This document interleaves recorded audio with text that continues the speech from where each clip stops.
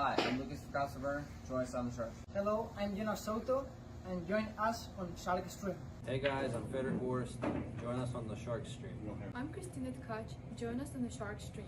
Guys, it's Jason Sean here. Join us on the Shark Stream tonight. I'm John Moore. Join me on the Shark Stream.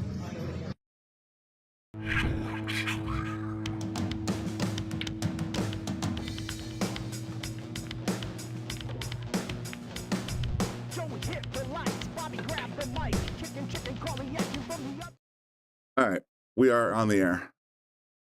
All right, you guys, welcome to the Shark Stream. I am Molina Mike. I'm out here in Las Vegas. These two gentlemen are somewhere in New York. Lukas Verner versus Jeremy Jones. Race to 13. 15, I believe. Race to 15, playing 10 ball. Diamond 9-foot table. There's Jeremy Jones himself. And I think we're about to lag to get underway. There's the handshake. Two great guys. Kind of an interesting matchup. You know, Jeremy known more these days as a one pocket player when it comes to his playing. Lukas playing all games pretty well. So here we go. Lag for the break. Looks like Lukas is going to win this one. Jeremy's about 2 diamonds shy there. Last time I saw Lukas play, I think it was out there at Yale Billiards. And I can't remember the matchup, but it was pretty good. The standard was pretty high, and so I expect the same thing from these two guys in this matchup. I know it was maybe like maybe after the Derby, I talked with Jeremy, and he was out there at Sticks and Stones. Told me he was banging him around with Gus Braceno and playing 10 ball. So kind of a sleeper here, if you can call him that. Although he's very well decorated and been playing for a long time. So hopefully you guys can hear me all right. Hopefully the video is coming in pretty well for y'all as well. I'm excited for this one, so it should be a great matchup. If you guys that are tuned in can hear Mike, okay, just drop us a comment real quick, please. Yep.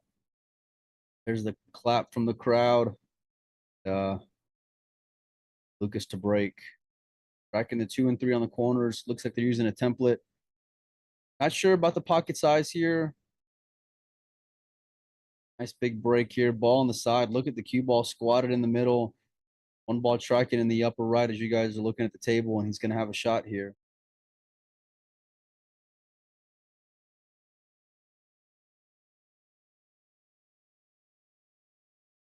They can hear pretty good. See a comment in the chat, 4 1/8 inch pocket. Lukas is going to have to let this cue ball go a little bit.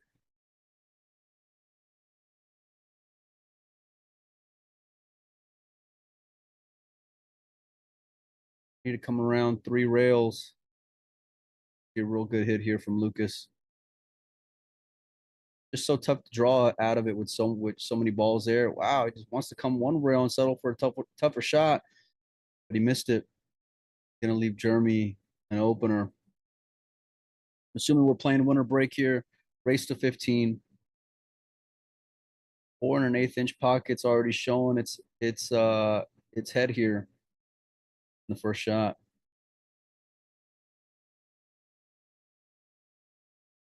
And trying to fade the 8 and the 6 and just end up center table. Wants a bounce. Like he got it, but man, he's got a thin cut here.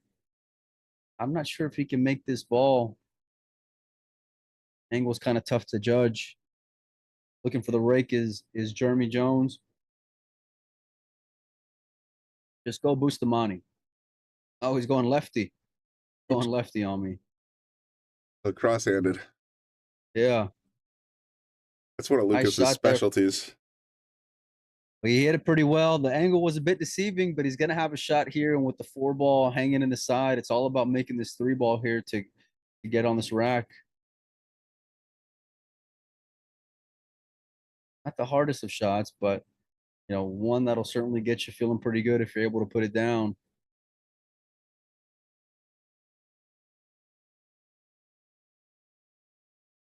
Like just rolling the ball here. He hit it right into the rail. It looked like, oh, and it went in. It went in. He 3-railed it in, but it fell. Jeremy's checking that arm a little bit. He wanted to get a full hit just so that way it would hold for the 4. got it and played it at a speed where even though he was a little bit off, it still was able to find the back of the pocket. Kind of got away from him a little bit, and he doesn't want this cue ball on the rail, especially if he's got a funny angle. That was the only way he was going to get in any kind of trouble. It's looking like he's going to run into the 8, so he is on the wrong side here. See how he elects to play it. Hopefully you guys are enjoying it. If you are, please make sure to hit the like, hit the share button as Jeremy Jones misses the 6th ball. One he's going to want to have back here, but not a hanger for Lukas. It's not even so much just putting the ball down. It's, get in shape as well. I wonder if he can run into it. Maybe try to hold. 9, he's going to have to come up and down. Looking at the line.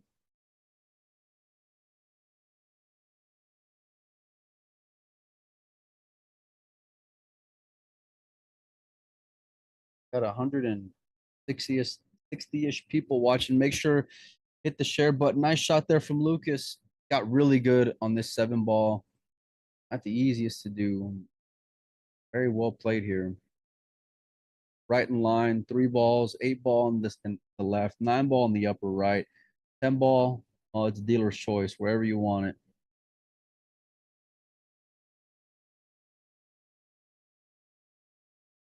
Like him. I like him. I like his process, even though it's I don't want to say basic shot, but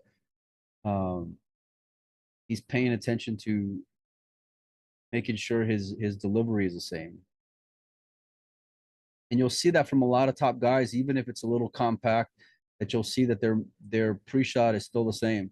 You see a picture up there on the wall of Federer, and that's a guy who it's all about his process. That's what helps keep him dialed in and show his consistency. And it looks like Lukas has been focusing on that. So nice run out there from Lukas after an early miss on the 1, taking a 1-0 lead over Jeremy Jones. So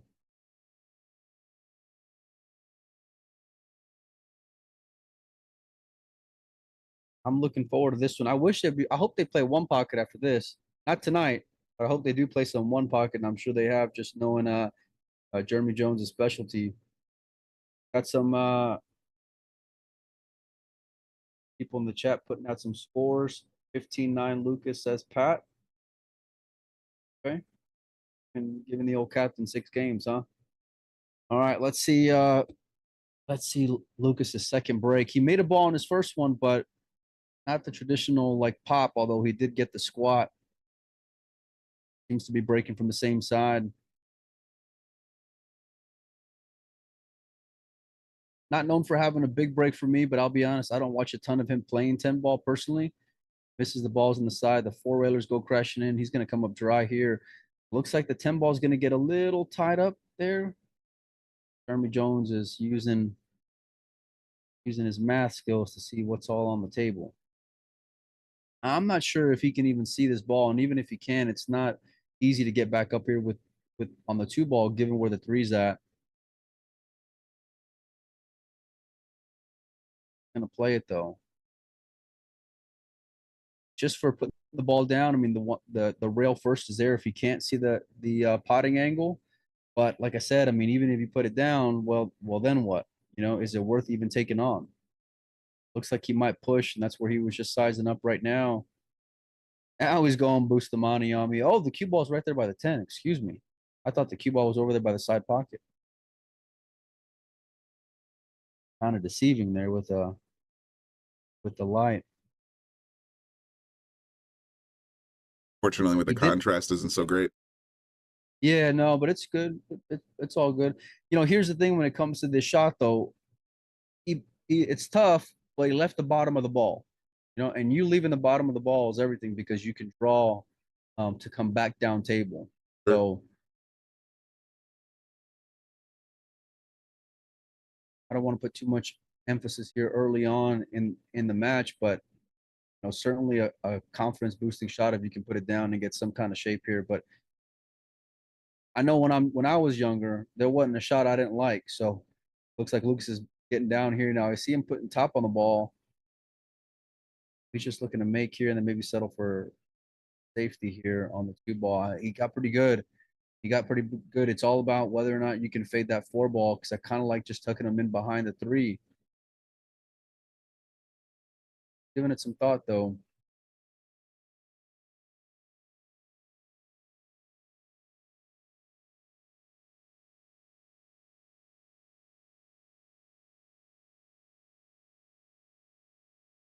Vic Glasscock says I'm multitasking. I am. I've been known to do a lot of different things as Lukas tries to play safe on the 2 ball, and I think he hit it pretty good.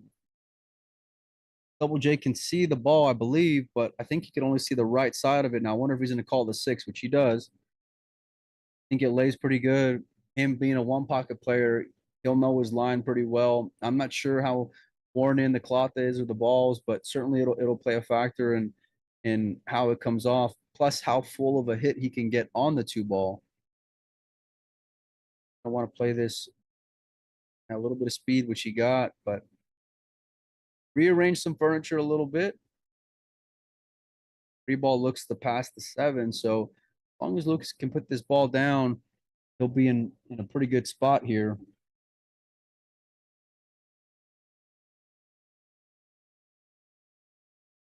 Sizing it up, looking at where he wants to be at.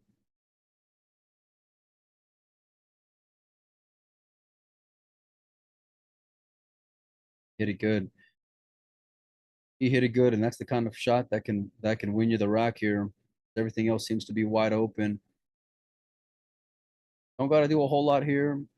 Even if you just play a stop shot or come 1 rail off, you want to stay on the inside of the 4 so that way you can come back down table for the 6. Oh, he likes to go come underneath it. Okay. More about preference, whatever you feel comfortable with everything laying the way they are. Oh, the 5 ball's on the left side of the table. Excuse me. Okay. Thought he was playing for the 6 ball next. Well, then that shot makes a lot more sense. Keeping it simple and not wasting a whole lot of time, which I like. You know, pace of play and overthinking and all that. I'm not a big fan of per se, personally. But everyone's got what makes it work for them. Looks like he's good here on the 6. Kind of want to widen out the cue ball, which is why he's jacking up. He wants to like draw this out so that way you can come 1 rail off. There's the 1 rail. Shape on the 7 ball. Yeah, he overcooked it just a little bit because now he's going away from the 8. We've had some late rack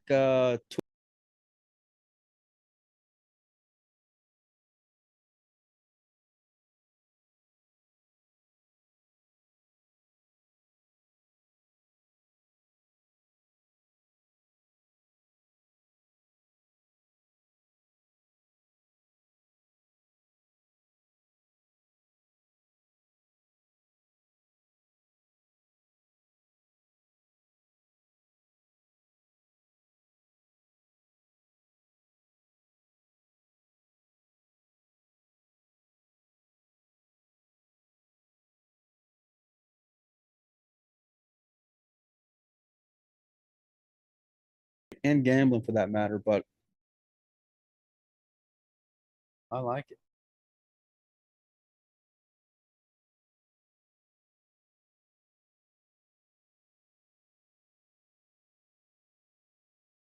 Jackie says I lost audio, so maybe let me know in the chat if you guys can hear me all right. Everything pretty good as Jeremy makes a 2 rail kick behind the 7 ball, using all of his experience there. What a nice shot there from Jeremy Jones.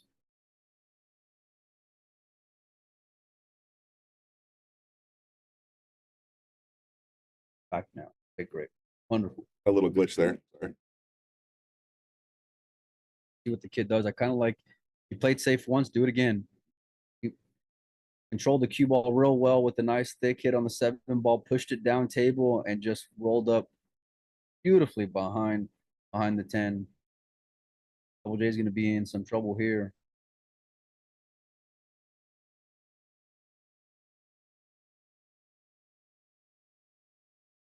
Not in love with it. I think calling it in the corner for a bit of insurance. See what he's doing there. He's just looking at the line he wants to hit on the rail.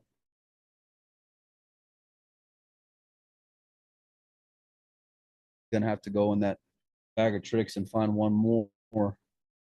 Make contact here. Like the pace, but he's going to miss the contact. Double J is going to give up ball in hand to Lucas-Verner. 1-0 so far. Second rack. Both players have ran balls pretty well, but just a little bit of growing pains here early on to start the set. I like it. Keep it simple. Nice little follow shot on the side. Perfect angle. Whatever you prefer here. One rail, two rails. There's no wrong way of doing it. It's whatever suits your game, your skill set, whatever works for you. Same thing with this shot here. It's so hard to get out of line. Make sure you're in a spot where you like your percentages. Kid looking to take a 2-0 lead over Double J. Winner break. 10 ball, 9-foot diamond. I heard 4 1/8 inch pockets. I'm gonna run with that one as the crowd gives him the clap. Job there from Lucas, man.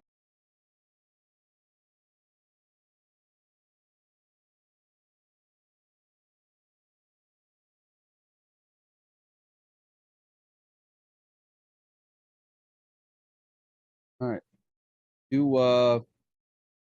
Two breaks so far for the kid. Came up dry, I think, on the second break we just played. So see if he can adjust any.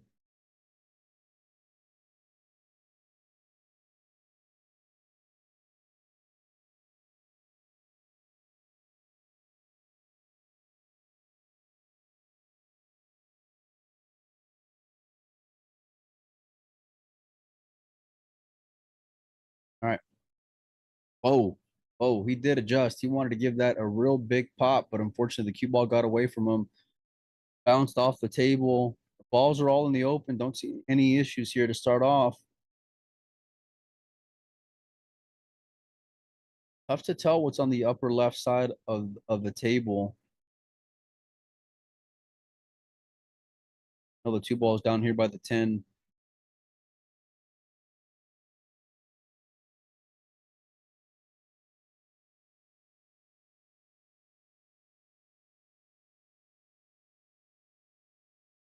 Just gonna come one rail out, a little bit of drag, just like that. Widen out a little bit off the rail.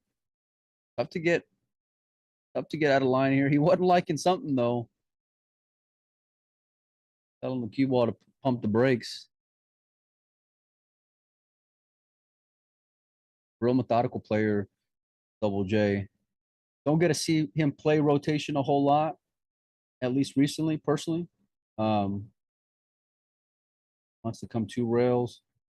Back center table, keep it simple. Looks like the 4 ball is the ball by the upper left-hand pocket. So being straight on this 3 ball looks to be pretty good. Bearing down.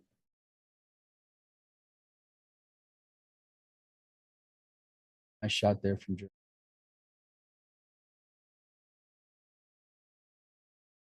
Just texted Bobby, and he texted me back. They're playing in Wappinger Falls, New York, at a place named HV Game Room. And HV Game Room, Wappinger Falls, New York. That's the place, and it's at hvgameroom.com is the website he sent me. So if anybody's curious about the locale, sure, make sure and go check it out. Go like their Facebook page. Go check out the website as well, you guys, if you can. It's like a nice, cozy little spot. Yeah, it does. I like us, and I like these real, like, personal kind of homerooms, where you can just hang out with your friends, enjoy good company, and in this case, watch some great pool along with it. Wants to make sure he's got some oil in that back arm, keep it loose. You can draw it. You can come one rail. You can come around if you want to. I think you're just going to draw right out of it, making the 6 ball on the side. Don't got to do a whole lot here. Keep it real simple. Come off one rail, play the 8 ball in the upper left. 9 ball's in a little tricky spot, but it looks like it's off the rail, so he'll have some options here, depending on how he gets on this 8 ball.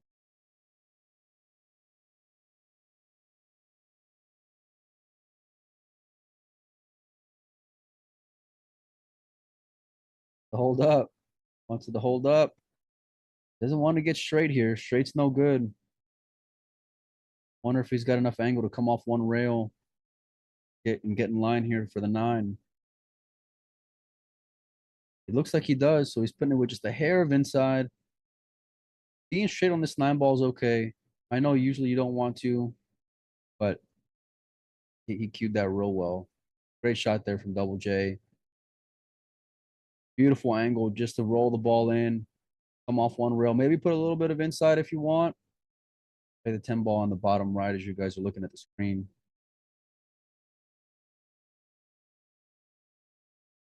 Like oh, but he didn't make it, and more late rack drama. 7 ball, now a 9 ball. Double J really wanted that one, you can tell. No hanger though for Lukas. 9 ball doesn't look that far off the rail. I don't think the bank is on. Playing safe is pretty tough. I think you'll see a lot of players just try to feather the 9 ball, try to send it more towards the center of the table and bring the cue ball back up table, but having that stretch isn't going to make it any easier.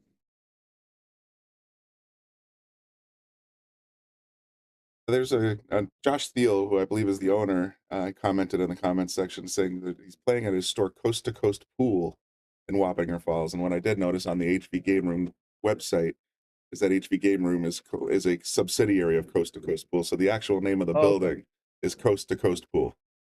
Coast to Coast Pool. Awesome, man. Josh, we appreciate you for putting on the event and allowing them to come in there and sweat it. What a really nice shot there from Lukas. Double J's only got the right side of the 9 ball that he can see, I believe, which is going to make a massive difference here. He's calling it. So he can actually see the left side of the ball then if he's calling it down there. And yeah, he asked you. It's the only way he's playing the bank. Guessing.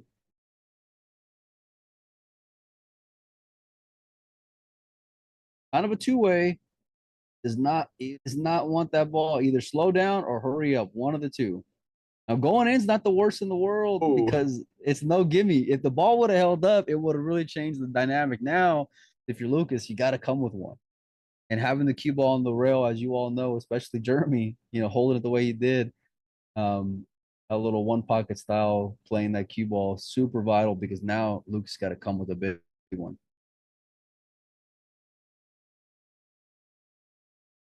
Sizing it up.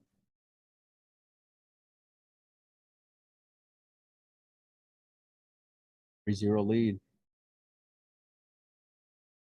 Nice shot there from Lukas. What a clutch shot. Showing some character there, coming up with the big one. You know what I like is that these guys are really respecting what they're trying to do, which shows just how much they want it. And I don't know if they're playing for anything or if it's just an exhibition, but either way, I like how much they're dialing in and really making an effort.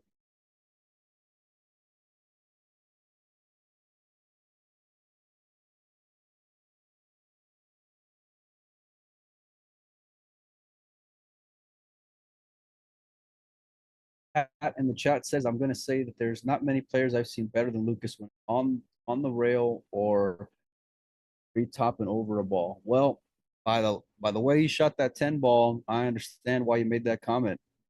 That was real nice the way that he hit the ball.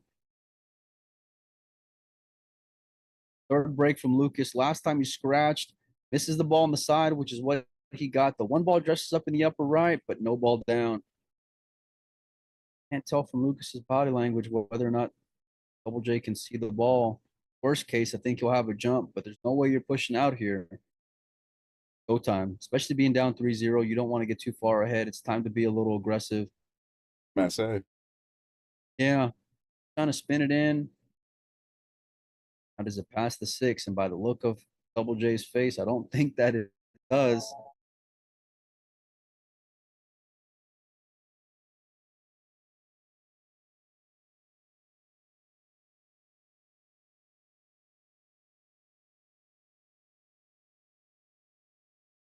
Guess best case scenario looks like you got half a pocket. Worst case scenario, I'm not in love with this combo. Putting bottom on the ball. Get the whole pocket.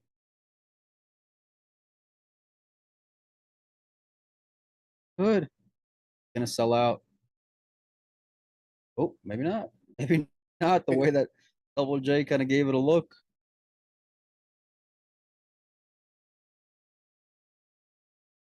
He's gonna go get his jump cue.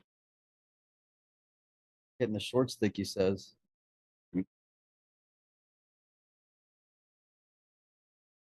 Says kids auditioning for the Mosconi Cup. You know, for me personally, I've watched a lot of pool over the last few years, and especially following the American players that are up and coming. And there's not very many on the list that I would say are knocking on the door. You know, I think Lukas has kind of been in that 6 to 8 kind of range when it comes to being in contention for the Mosconi Cup, as he makes a nice shot there.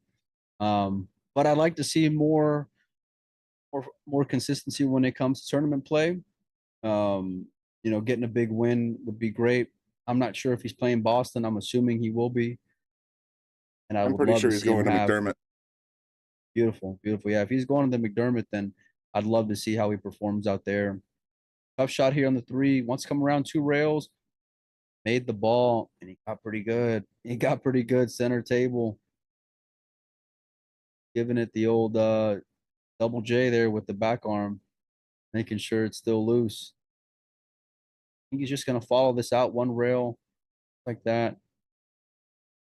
You don't want too much angle, but a little bit of angle is all right here. Have to get out of line. I think you can stun it over unless you just kind of hold it and play for a tougher shot on the 6. All depends on how much angle he got here. I think a little bit more to the right would have been good, or even a little bit more to the left, because then you could just punch the ball over. Kind of in a little funky spot. He has to settle for a more difficult one after this. And more. He's got a shot here. Not the easiest of hits, but he should be all right. He's looking for a bridge a rake as well, but I don't think it's showing up. He's got his own. Okay. Maybe he found it.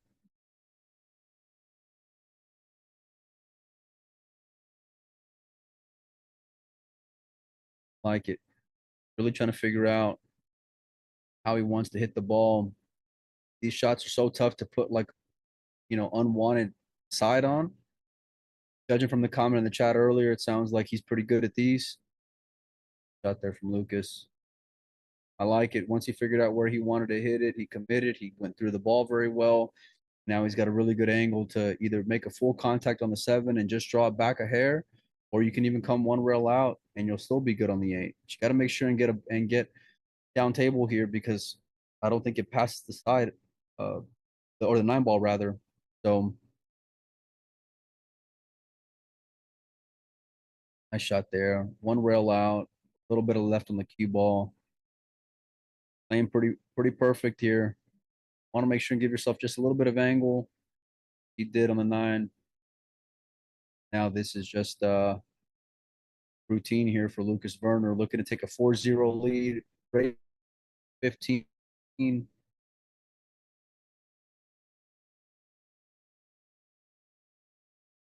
All down, good shape on the 10. Playing pretty good.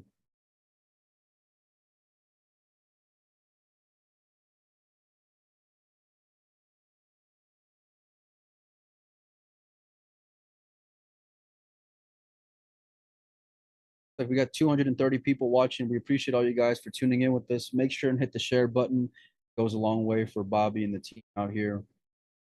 Sponsors. 4-0.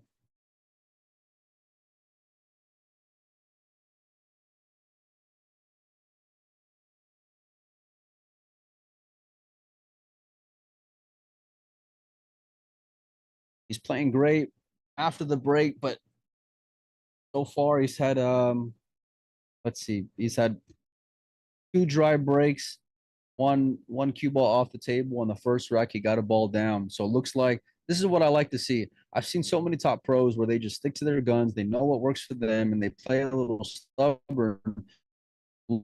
Lukas has consistently moved that ball over to the right, and let's see if it's gonna pay dividends here. 3-6, not gonna come up dry. I think Double J can see enough of this one to make it a game that he has to get down. You don't want to get in too big of a hole, but even if you're Double J, one of the only strands of optimism you can hold on to is the break of Lukas, right? Because you feel like you're always going to get a shot. If the guy's not, as far as having a big break. So he hits it with a little bit of check. I think this ball passes. I'm not sure if they're playing early tens. I wouldn't play the combo even if they were, but he's sizing it up. And if they are, maybe you can play it a little bit of a two-way. Play the 2-10. He's calling it in the side. Then you can drag the cue ball over there by the 3 and 7 ball, it looks like. So I think the key here is to get a good full contact on the. Oh, he's playing the carom. He's playing the carom. Angle was tricking me a little bit.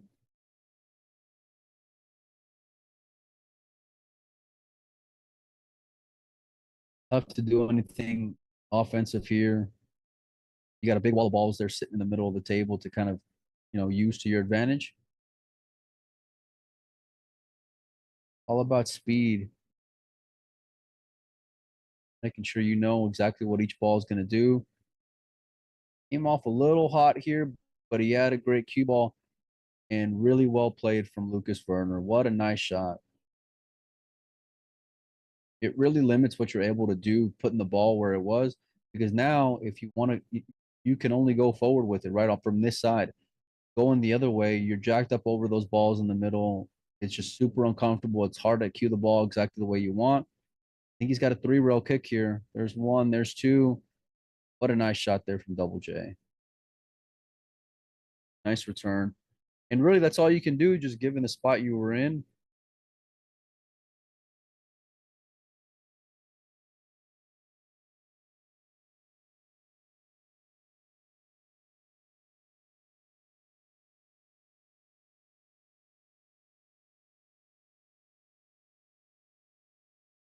Gonna have to come with a tough one here in order to get back in line on this 3 ball.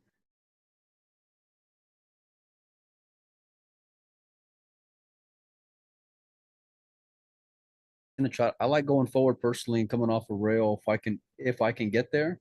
I'm not sure how straight he is, but for me, it just helps me really let out a nice solid stroke, which he does. Look at that coming off the rail.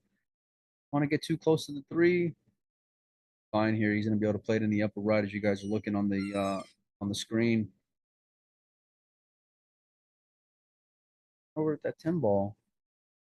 Obviously not gonna play it in any way. I think he's just looking at where the line's coming off the 3.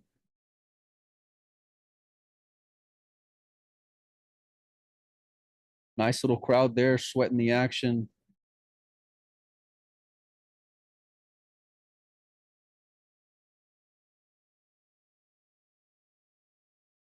Getting lined up. You gotta be careful here.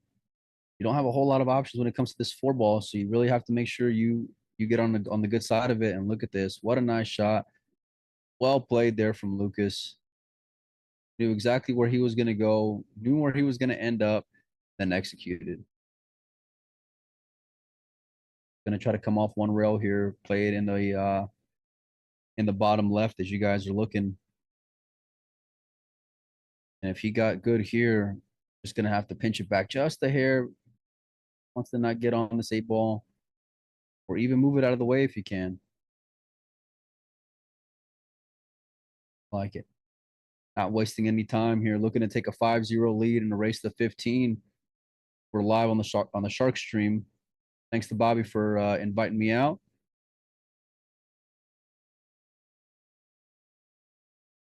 Looking at his line here. You don't want to make sure to have any more late rack drama like we've had already through the first 4 games.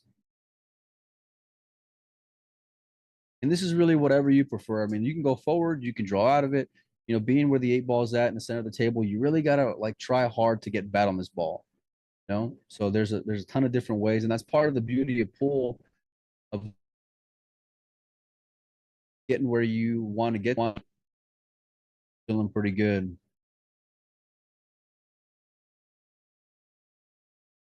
Nice shot there. Committed through that ball. Gonna come. Oh, he's kind of tipping his head a little bit. Maybe he got straight. Straight's okay. You know, you just play a stop shot. You take your medicine. You take a tougher shot. I think he wanted to have a little bit of angle to be able to hit it with a hair of check and come off the rail and get closer to the 10. But don't overthink it. You know you can put the ball down. You know, do what works for you.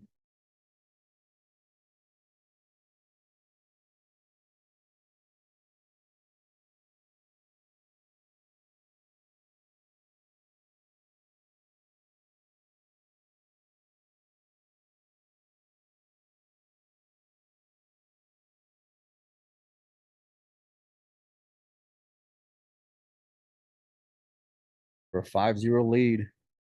Oh, he overhit that ball. Overcut it, and he's gonna sell it out.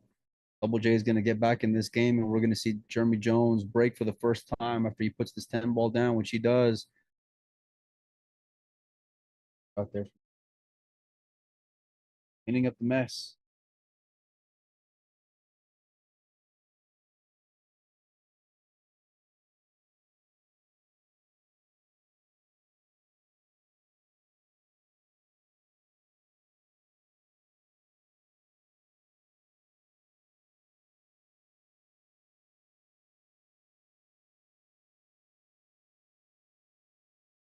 Tell you what, you're getting your money's worth here.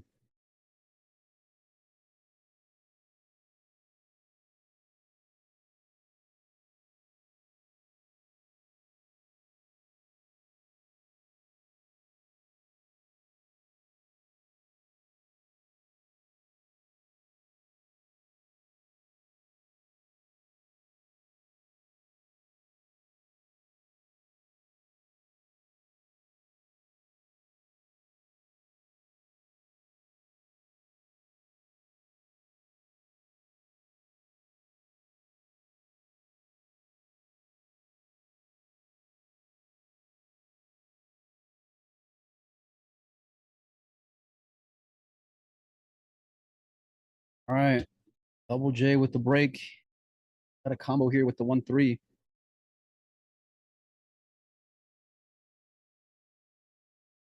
Expecting to make it, but fine here.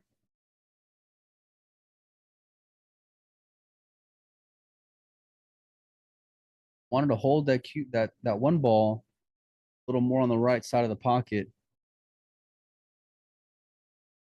Good news is the 2 ball is sitting pretty good, so you got a lot of areas on the table, a lot of areas on the table where you can be good on the 2 ball here. Come out, get hooked.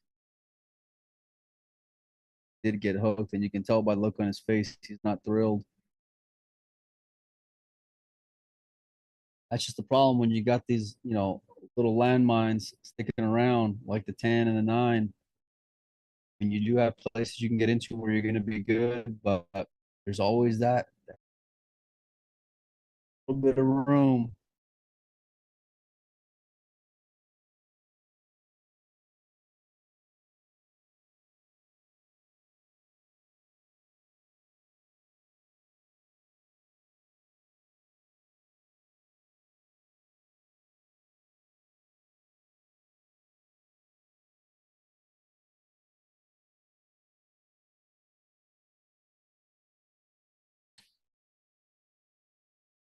Getting a chance at this table. See how he holds it together after missing that 10 ball in the last rack. 4-1 is our score count. Got a tough opener. Drills it and holds it for the 4 ball. What a great shot there from Lukas. Real nice rhythm here.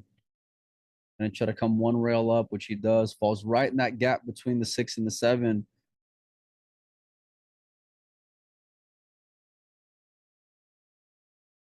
Don't wanna get out of line whenever you're having control and command here. Gave up one, you don't want to give up another one. You're supposed to get the rack.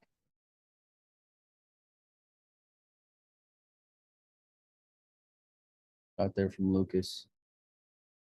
Gonna come one rail out with the 8, going to the 9 ball.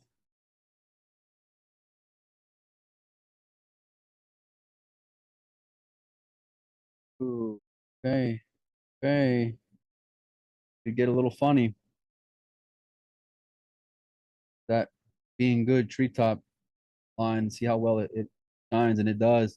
Good shot there from Lukas. Absolutely perfect on this 10 ball. 5-1 in favor of Lucas-Verner.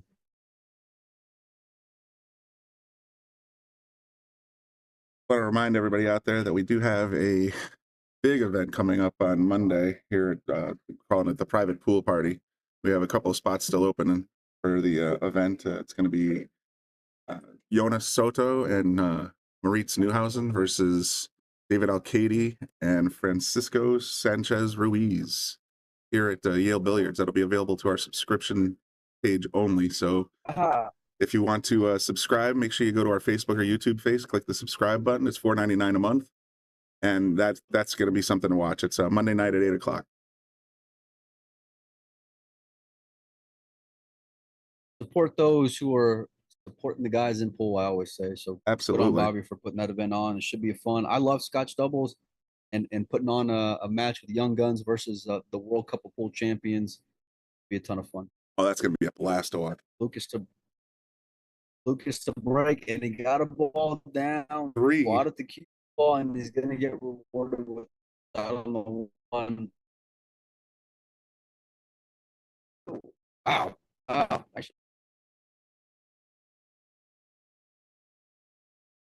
Yeah, people are asking what's in the middle, and I actually sent a text to Bobby, and says nothing but pride and an audition to get in the Mosconi Cup. So he's confirmed exactly what several people have commented in on YouTube and Facebook.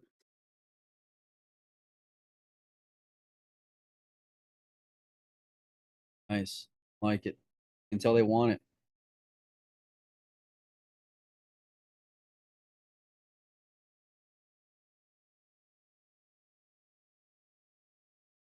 I think we're going to see a BNR here.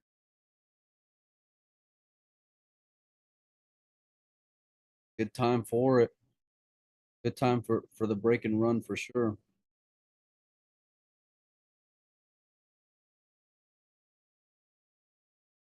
He gets good here on the 6th ball.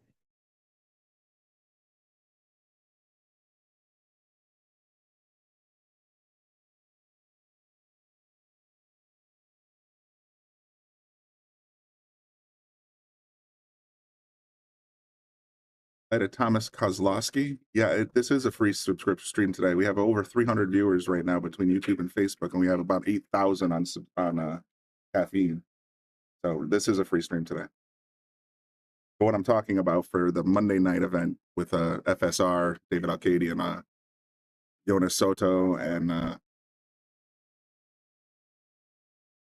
as it just dropped out of my brain, Moritz Neuhausen. That's going to be on the subscribers only page. $4.99 a month is a steal. That also includes a matchup like that. Yep, it also includes monthly giveaways. We just did a McDermott Cue case. I think there's another cue coming up after we hit 300 or 400. I'm not sure the exact milestone, but we're going to have a lot of prizes going there, as well as a lot of exciting content while the boys from Spain are in town. Big miss from Lukas there on the 7 ball. Kind of just got down, and listen, there's a big balance between having a great rhythm and then maybe I don't want to say overthink, just focus a little bit more on the process whenever it gets time to the nitty-gritty. Great shot there from Double J. Perfect angle here. Ball. Steal one after another late rack given away from Lukas.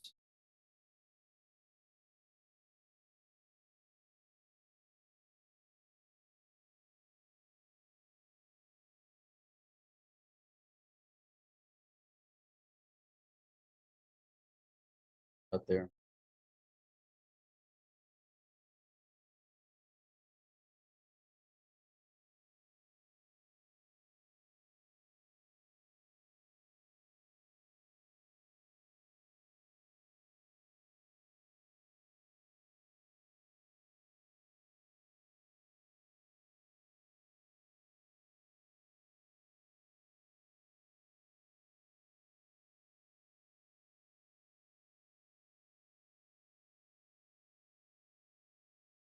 Double J racking the balls. Had a ball down in the last rack. 3 games separates him so far, so let's see if he can find some consistency here.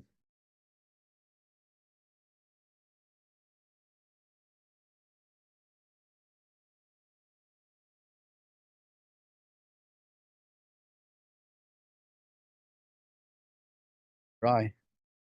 No shot on the 1.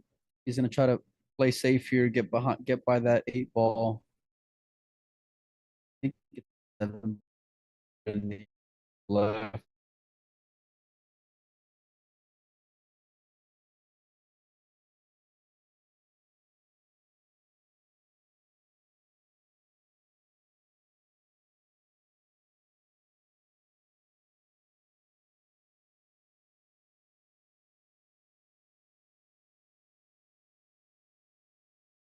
Okay, well, I'm not sure if he can see this one on the side. Looks close. You can tell by the way Double J's getting down to see. Body language tells me he cannot see the potting angle. Not enough of this ball in order to make it.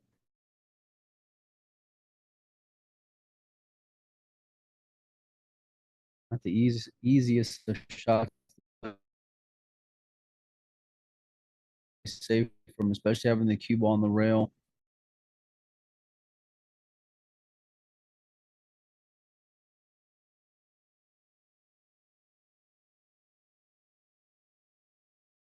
I have just a little bit of issues with my computer. I'm going to try to refresh. So I'll be back here for just a minute. You guys hang tight. Make sure and keep the stream on. I'm just going to refresh here on my end for just a quick second.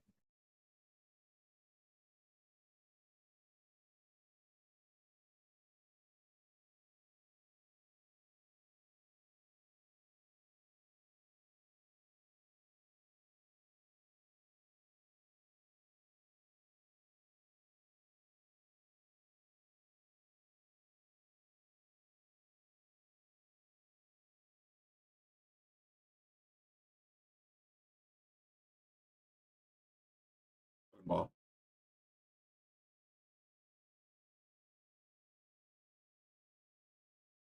Jargon, they're playing 10 ball. It's 9 ball with a couple extra rolls and an extra ball, of course. Oh, Jeremy just missed that one. Sold it out to Lukas pretty good there. But a lot of balls on the table, a little bit of traffic there with the 3-9. It could make this next couple of shots pretty tricky.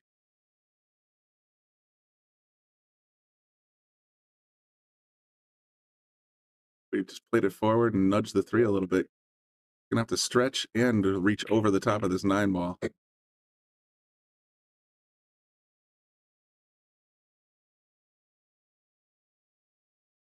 Yeah, this is Brian Brennan in the booth for the Shark stream here in Wallingford and Yale Billiards. Lena Mike is on the line with us, and he's also doing most of the commentary, I should say. But he's having a little bit of a technical issue. He'll be right back. Lukas gave it hell cross-handed, but didn't quite get there. Left it pretty safe, though.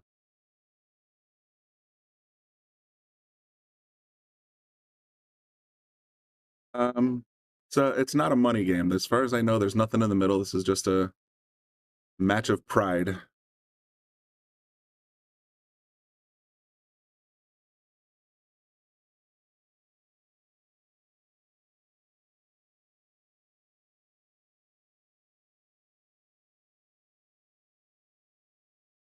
And Mike will be back with us in a minute. Okay, I gotta call Bobby. Gotta let him back into the meeting room.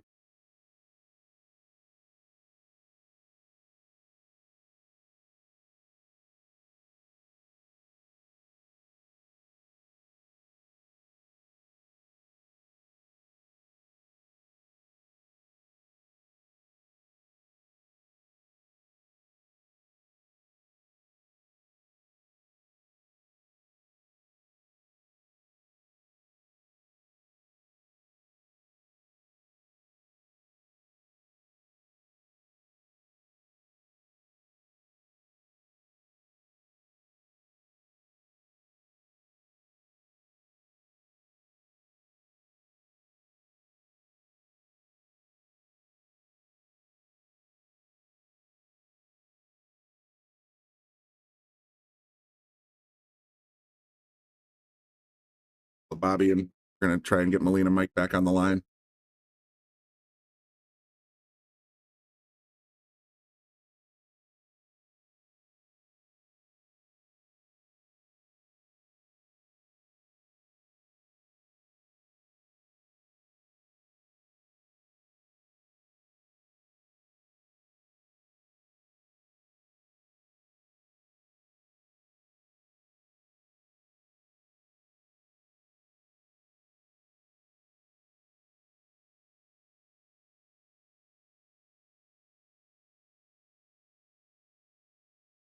Decent defense shot there, but I don't think I think it might have leaked out on him a little bit. Jeremy's having a look at it now.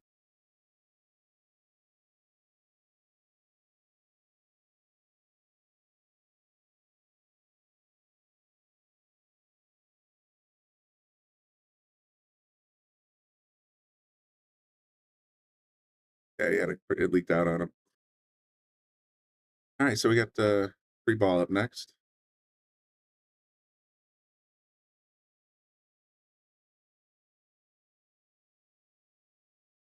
I just heard a tone, maybe.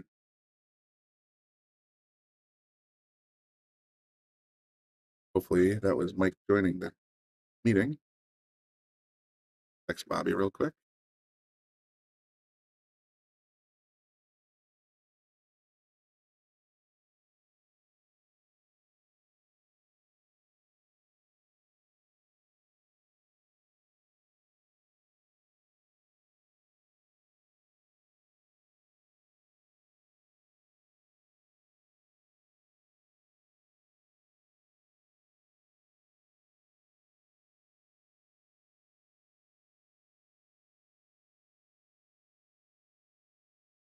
Like he's in pretty good control here.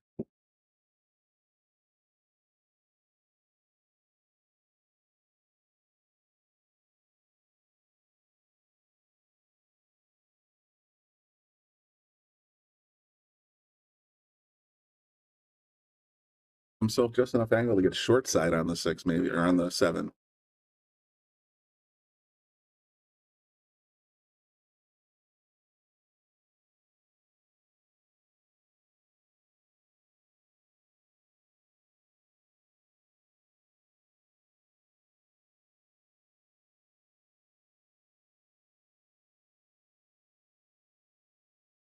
Get 2 rails for position on the 8.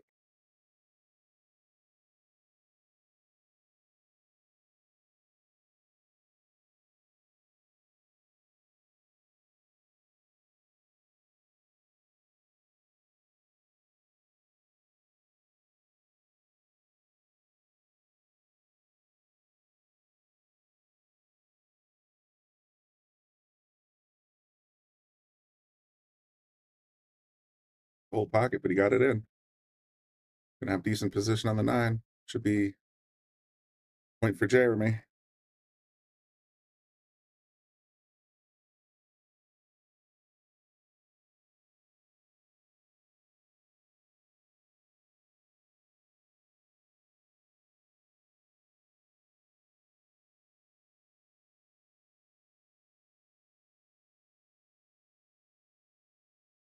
Five three Jeremy. There's Bobby gonna go press the button, hopefully to let Mike back into the chat room. You see a little disturbing on the phone while he's doing it.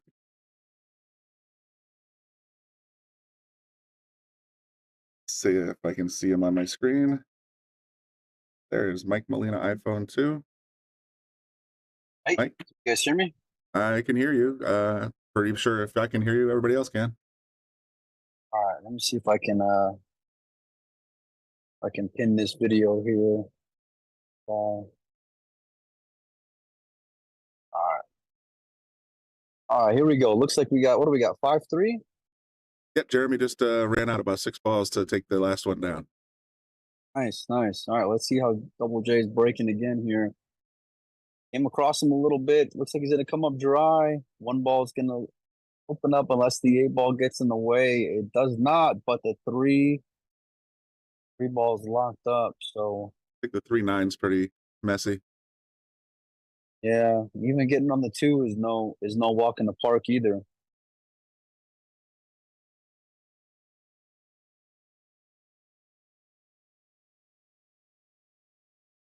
Lukas gets fancy and breaks up the 3-9 right now. Yeah, I don't think he can cue enough of the ball in order to do it. I think he's just gonna have to settle and come one rail out. Gotta fade the 8 ball. Oh, Yep. he can check. He can hit it with inside. Nice shot there from Lukas. Now he's got Now his he chance. might have it. Yeah, he's got angle here. Looks like he can dig on this ball enough to draw into that 9-3. You don't want him. You don't want to hit it right in the back and get locked up behind the 9. So you really got to make sure and know what side of the ball you're coming into.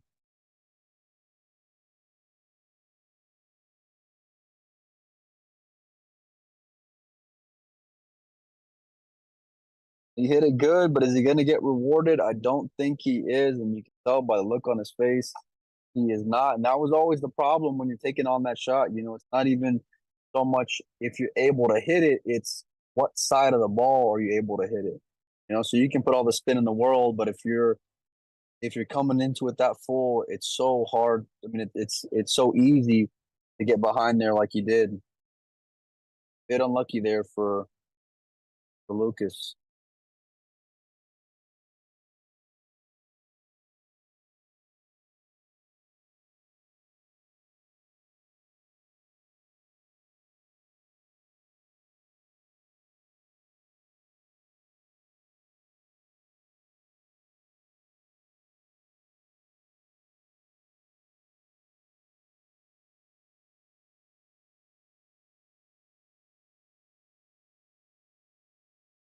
All right, let's see. I think he's gonna try to come one rail. He's looking at something. It's hard to tell with this angle here on the camera.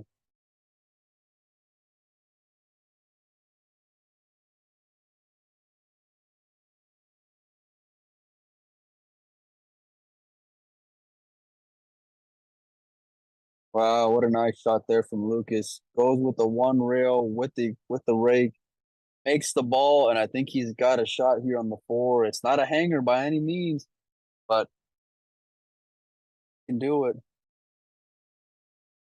Got a chance.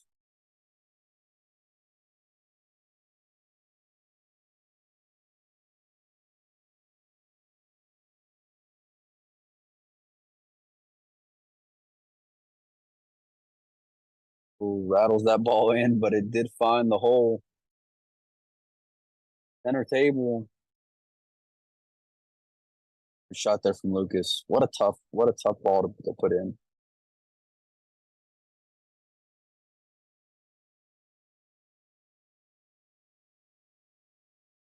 Gotta make sure you get good on the 7 ball. I wish he would have just looked at the angle that he wants to land on the 7. That way he's good on the 8, but he likes his chances. I think he got perfect just to kind of roll the ball, which is where you want to be at. Like that. Out there from Lukas. Draw it back just a little bit. Oh, he's going forward. Okay. They let your stroke out. That ball to go a little bit, and it did. Gonna come one rail out for the 10 ball on the bottom left, and for a 6-3 lead. 2 balls away. Not well, but doesn't want the ball on the rail. He made it missable. Not wasting any time though, so he likes it. In the hole. Nice, nice. What a nice way to run out the balls there. Wasn't easy by any means.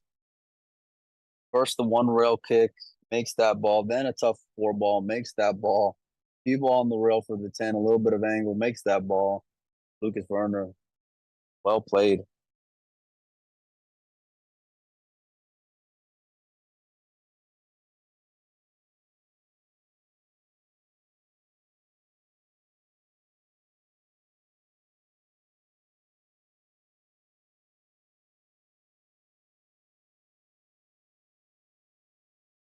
Now, if he can only get this break going, he could really start to take more control of the match.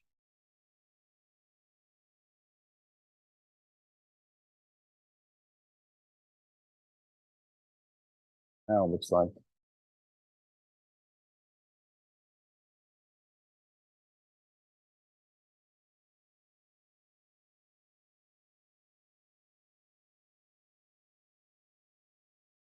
More of a flat break. The ball does not go in the side, but it got kicked in. Look at the way that the one ball dressed up. Or did it? Oh, what happened? It's the 9. The cue's down. Oh, the cue ball went down. Oh, excuse me. Yeah, cue in the Oh, opposite boy. side pocket. Oh, boy.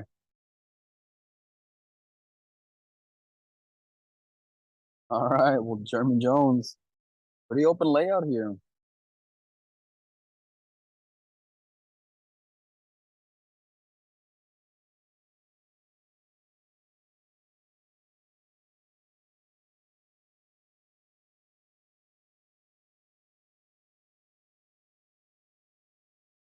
Center table. He's got a shot on the 3.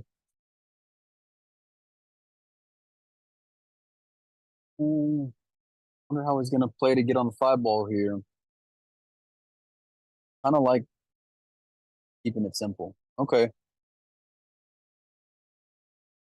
He kind of got in between again. I think he was planning to play this ball on the side or play the combo for that matter. Kind of got in between playing in the corner and now on the side. He's calling it. Well, surely it must pass the 10. Yeah, and it does. And it does.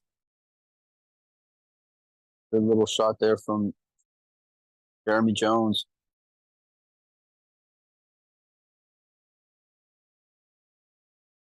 I like it. He's just taking a walk around the table, seeing exactly where he's going to be at. Look on his face says either he drank a bitter beer or he ain't in love with it. One of the two. Either way, getting down on the 6 ball and the 7 ball, it's going to be a real tester here. I love the way that he played it. Stays on a great line.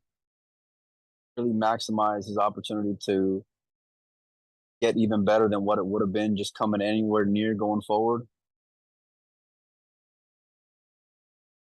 Draw out of it just a little bit. Give himself an angle on the 8 ball. 10's dressed up in the side. So it's all about this 8 to the 9 here.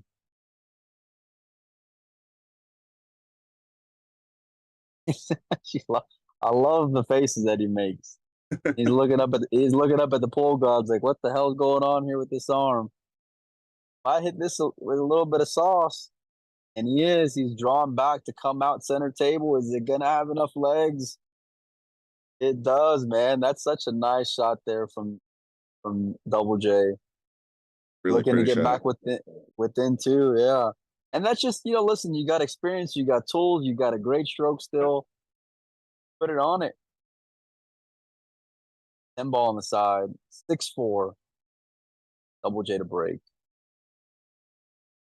Nicely done. Give a quick thank you to Josh Steele at Coast to Coast Pool, who's hosting this event in Wappinger Fall. So much appreciated. This is for hosting and letting us stream it.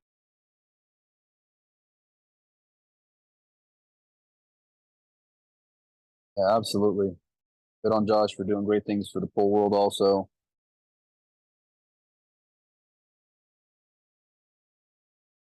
I noticed as I was scrolling by to get that information, there's a discount code that Zach Goldsmith posted. Get $5 off for the upcoming McDermott Classic All Tables Live pay-per-view from Amazin' Billiards. That's on digitalpool.net/Amazin'. Coupon code is SharkStream.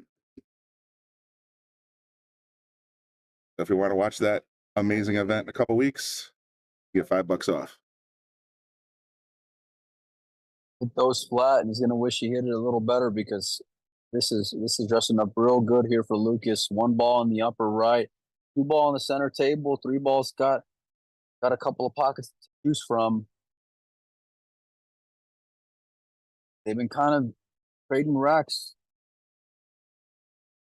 after an early start there for Lukas.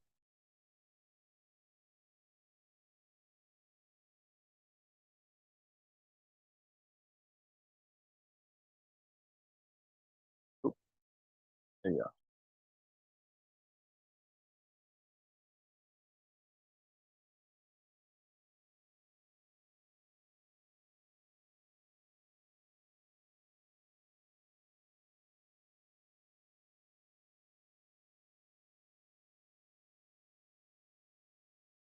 Kind of got on the wrong side here. The problem is it doesn't pass the 8, so you got to get good on this 3 ball. I just checked our viewer count on the stream on the caffeine side. So we got a little over 300 on YouTube and Facebook, and a little over 1,000 on caffeine right now. Pretty cool. What is caffeine? We're on caffeine.tv as a distributor of the Shark Stream. Oh, nice. Okay, I'm learning something. Steve, sorry about that. We Sweet. set up a partnership with them in January, I want to say. And pretty much every single time we go live, we get anywhere between 20 and 150,000 viewers on caffeine. Wow, how strong is that? Okay. Pretty sweet. Yeah, no kidding. Great shot there from Lukas on the 3.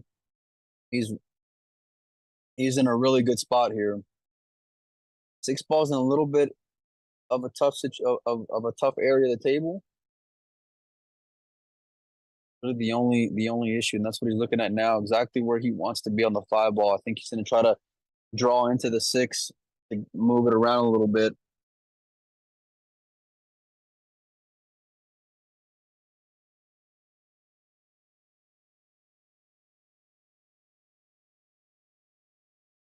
Not sure he got where he wanted to get to.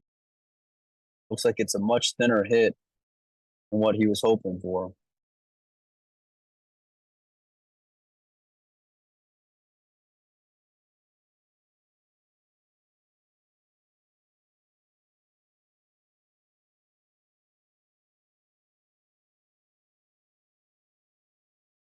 He always plays it all the way down, has to come 2 rails, but speed is so important here. Got a lot of angle. He's going to have to come with a big one here. Got to fade that side, that point there on the side pocket.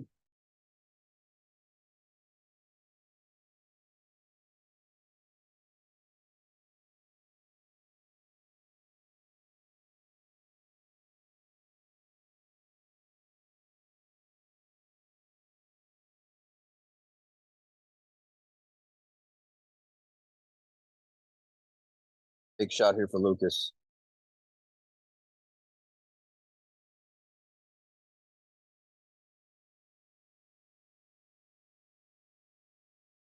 How did you hit it? How did you hit it, Fracasso-Verner? What a clutch shot that was, and holding it for the 7 ball. Very tough to do there.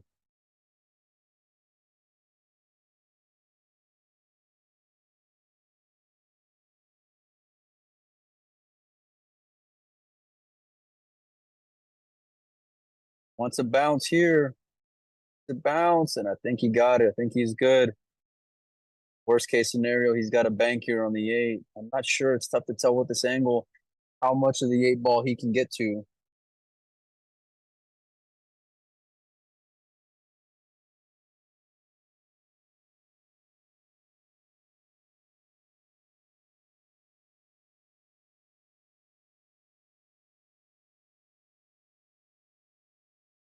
Yeah, he's not in love with it. He's not in love with it.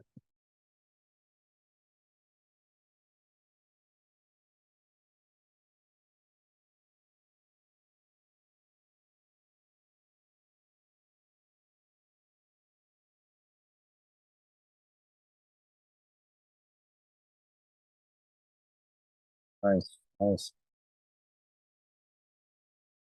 He's playing extremely well. Seems to have found his rhythm. Got to bear down here. He's come with some big makes already. But you got to finish the job.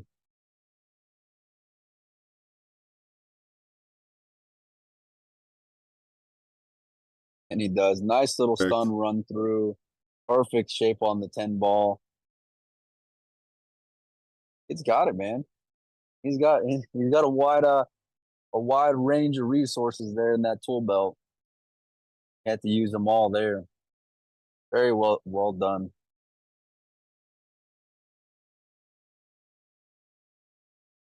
If you can only get this 10 ball break figured out.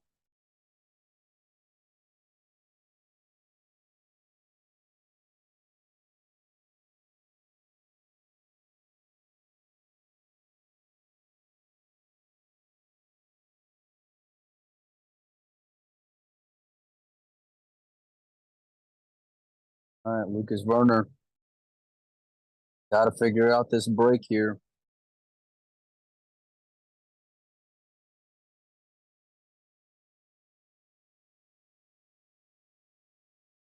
Seven 4 lead. He's halfway home.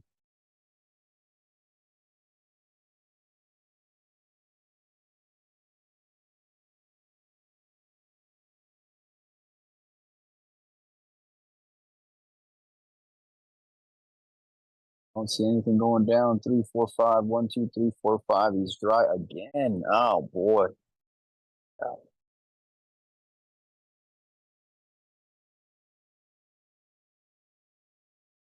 Not a whole lot of 10 ball events going around, so I'm not sure how much he gets to practice that 10 ball break.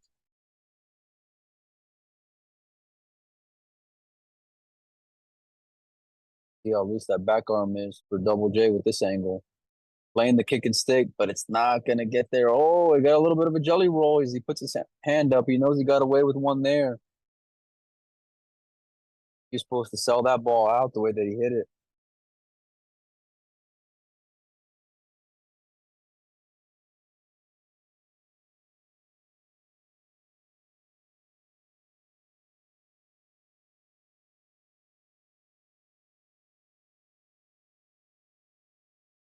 All about if he can get this ball around and fade the 7 ball. It looks like he's sitting it with, I believe, left. I think he wants to hit it thin. I don't like doing a whole lot here. Just kind of keep it simple. Good little containing shot. He caught it real thick, and that's the reason why he sold out there.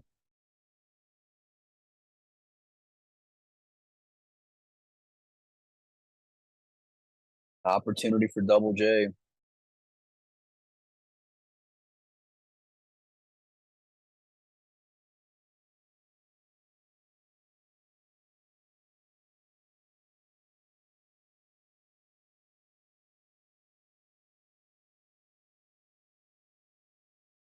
Well, he got the 1 ball down, but gonna have to come with a couple of decent shots here. Oh, I like it. Keep it simple. Play the safe. You laid good. I think he got the 10, and you can tell by the top of the table from Lukas that he did. Be hard to make contact here. I think he's gonna go 2 rails at this 2 ball.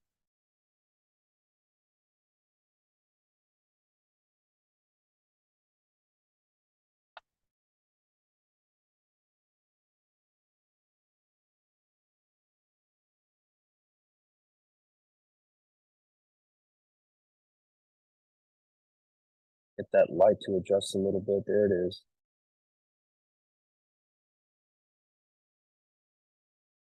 1, 2, 3. I need some luck. I don't think he's gonna get it. He's got the 2 ball on the side. Not gonna get any better though. Depends on how much of this ball he can dig out when it comes to the cue ball.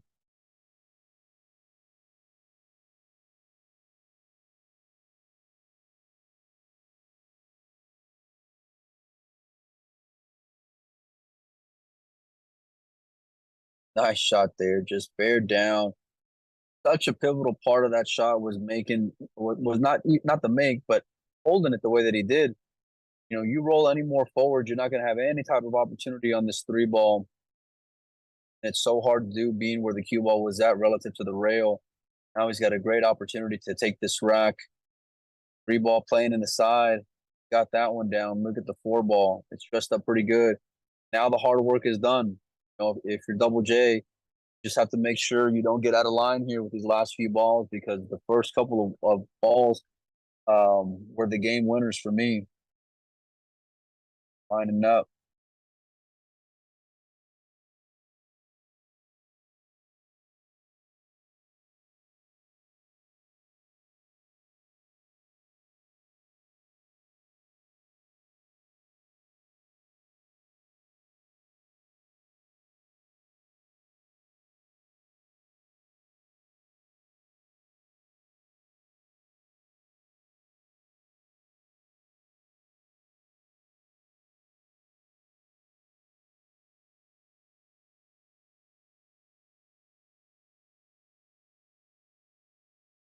All right.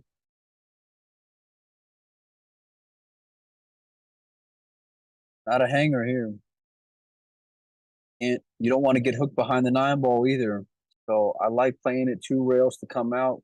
Center table, he's trying to hold it. Is he gonna hold or is he gonna get hooked? Yeah, see, and that's the problem with trying to hold it. You know, it was such a thin hit that there's such an area, there's such a room for error there because of where the 9 ball laid. You know, most players these days, most top players will come out 2 rails so that way they guarantee themselves position. That way they're just eliminating the 9 ball from the equation altogether. I think Jeremy knew what he thought he can hit it thick enough to maintain that good line on the 7 ball.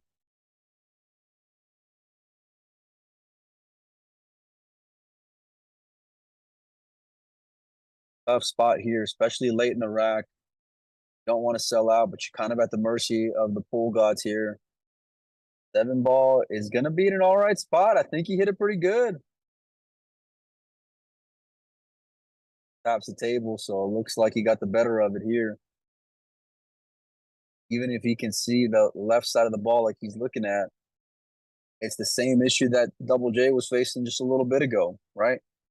The sellout is looming. You're gonna have to get a little fortunate, being that the 7 ball's off the rail. That can let you be a little bit more precise when it comes to where you're coming in, whether it's from behind or right on the face. But got to come with a good shot here. Oh, I guess he can't even see it. He's gonna have to go 1 rail at it, maybe 2. The 1, wow, he wanted that to widen out, and he missed it altogether. Up break there for Lukas. Double J got a little bit of a roll there with that kick. I think he knew good things were going to happen just based off of the speed that he hit it, or at least was hoping, you know, good things were going to happen. Part of the experience that Double J has to offer.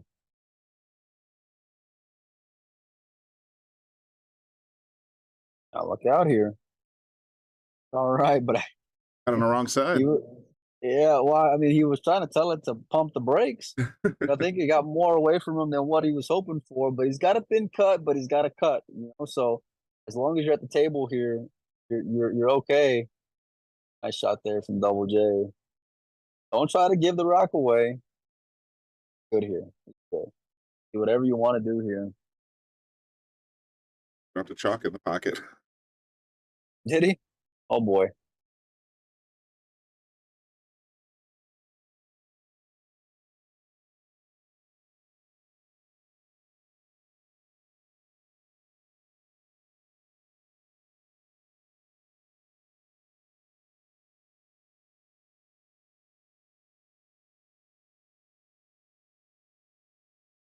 Coming around 2 rails.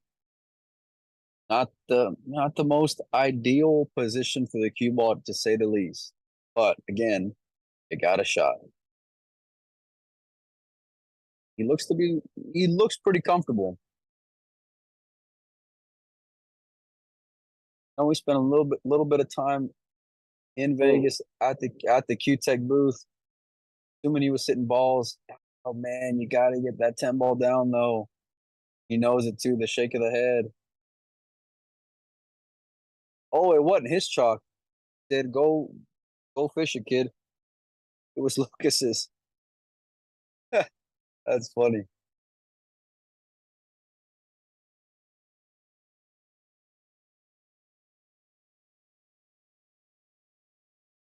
The bridge to fish it out. In the wrong end.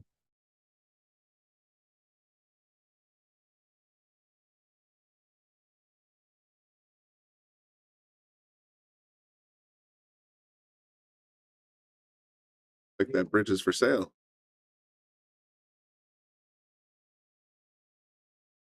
Oh yeah, it's got a price tag on there, huh? Well, it is a store. Yeah.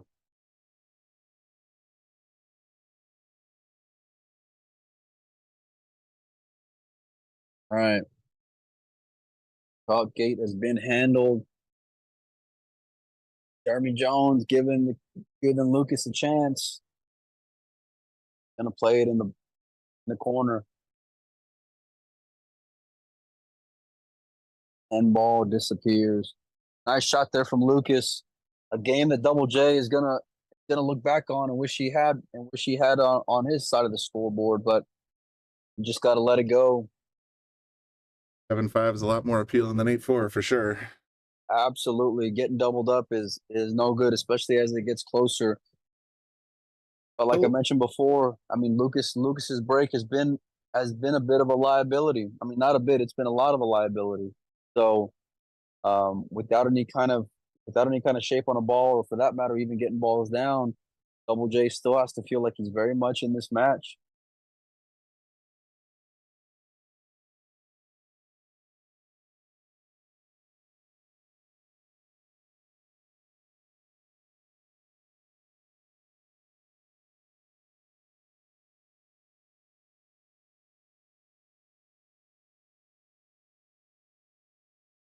Gonna come up dry again. Double J does not have a shot at the one, at least to be able to make it. But let's see how he elects to play the safe. He's gonna come off thin. You don't want to move that one ball closer to the pocket though.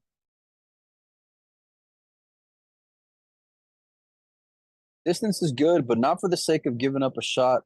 Not for the sake of giving up a shot at the pocket like he did here. I think he's got a thin hit on the right side of the one ball.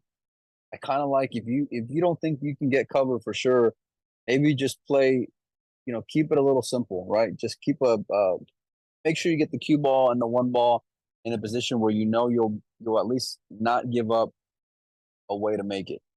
So Lukas puts that ball down. I don't see him being aggressive here. I don't even think he's got any way he can be aggressive, even if he wanted to. And try to bury him behind that 3-6. He wants that cue ball to come around 2 rails, maybe even 3. Needs it to get there, and it does. I like it, man. I like it. And more importantly, I like that he saw it right away. He knew right off the bat exactly what he wanted to do, played it well. Cue ball close to the 3 ball, just cutting off options for Double J. Looking at the 1 rail. I'm not necessarily in love with this, but the 9 ball's so big going 2 rails. He's calling it in the upper left, so he's hoping to hit it on the right side of the 2 ball. Maybe okay. Going, well, they're playing 10 balls, so Lukas is going to have the option. I don't think he can see the potting angle, so Double J may get this back. Angle may be a bit deceiving, but I'd be surprised if he takes this on. He says, no, you got it. You go ahead.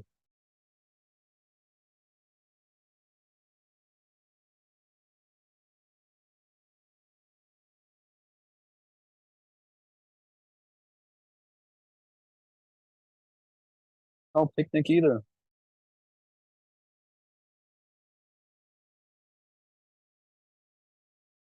He's trying to come around 3 rails is what he's looking at. He wants to hit the back of the 3 ball and send it, I guess in the corner, maybe the side. Oh, excuse me. Never mind. Maybe he's trying to come. He gets down this ball. Maybe come 1 rail at it. That's interesting. Got to spin it and misses the ball altogether, and he broke up the 6-8. Open the table right up. Yeah, absolutely.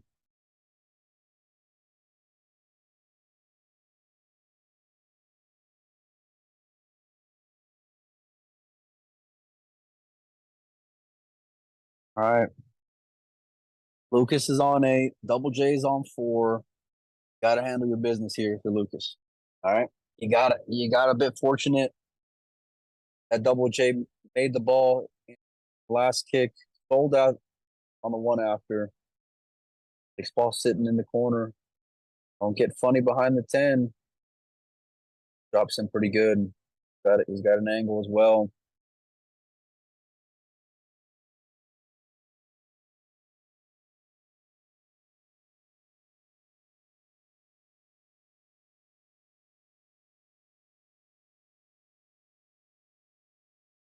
He may be a little bit more flat than what he wants to be. The rail first is always an option in order to open it up. You know, you can hit it at a speed where you can hit it, you know, in a way that the pocket becomes bigger. But hit that well, just kind of thumbed it on out. Playing this in the side and coming out one rail. Did he call a bank? Sure. Oh boy. Okay. Well, this just got a little more interesting. Oh no, okay, excuse me. He was just pointing where he wanted to get to for the 8-ball. I thought that's what he was doing. I didn't think it was a called shot. It seemed a little it got me there. It got my ankles a little bit, you know. Good shot there from Lukas. Has a nice angle here on the 9-ball. He wants to just draw 2 rails out for the 10. And I really like making an emphasis on hitting that second rail. It really lets you get in the best area to get good on the 10. You know. There's the first rail. There's the second rail, and dropping right into a good line. Taking care of business is Fracasso-Verner, and for a chance to go up. Oh, okay, all right. He said, "I don't need the bridge." Like I said in the early part of this broadcast, I think he's actually listed on Fargo as a 660 with lefty. There's a story there, but I won't go too far into it. Knock his action. Easy, Tiger. All right? No, I'm kidding. Lukas Lefty is an actual name on Fargo, and that is Lukas Fracasso-Verner. That's funny. I gotta ask Mike Page about that one. It's I think that was a Lance Lascotti Easter egg. He wanted to join a table up at Rax, and he wouldn't let Lukas play, so Lukas offered to play lefty. And it was a Fargo rated event, and he ended up rated at like 660. I remember years ago, John Mora, well known for switching hands as Lukas is breaking the balls here. Anyway, before he fully came out as being able to shoot well with the other hand, he was in Houston, and Ronnie Alcano's there, and they're trying to figure out a game. Of course, John loves action, Ronnie loves action, and John says, "I'll play you left-handed, but you got to shoot with the bridge." You know, Ronnie's thinking, "Oh man, I'm stealing here. Let's fire at it." I think they were playing for like 10,000 or something. Well, they found out that night how good John plays opposite-handed, and so, meanwhile, Ronnie's dancing around the table with a rake, but he didn't get too many opportunities as John was playing real well there, and then now, of course, he's well known for his opposite-hand play. Let's see how old Lukas Lefty plays this one, though. I'm not sure if he can see the ball or if he has to go rail first. Rail first ain't the worst shot in the world. You know, it lays good that where if you made it, you'll get good on the 2. It's far enough off the rail where I think you can aim really well at this, but it's just tough to tell with this angle whether or not he can even see the ball right, straight up.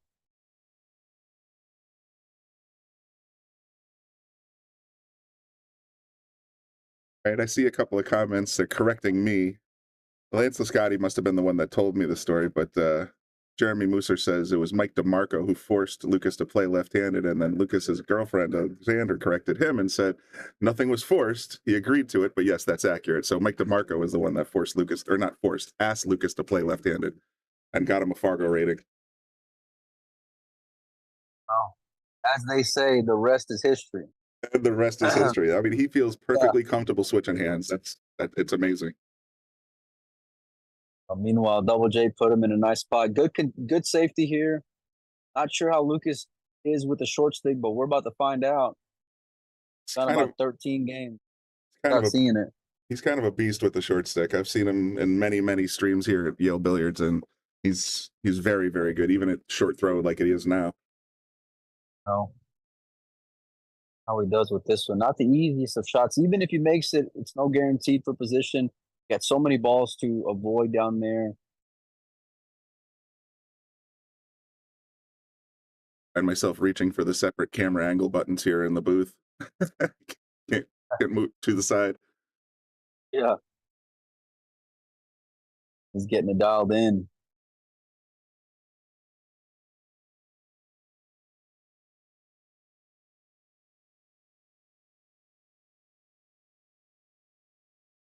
See a comment in the chat. It's annoying how good he is at lefty. That's funny. That's Alex's girlfriend. So I bet you every Oh, once in a okay, while okay. he probably practices playing left-handed with her, and still beats. That's probably the spot then that he gives her. Absolutely. He would know. All right, let's see how he jumps this ball.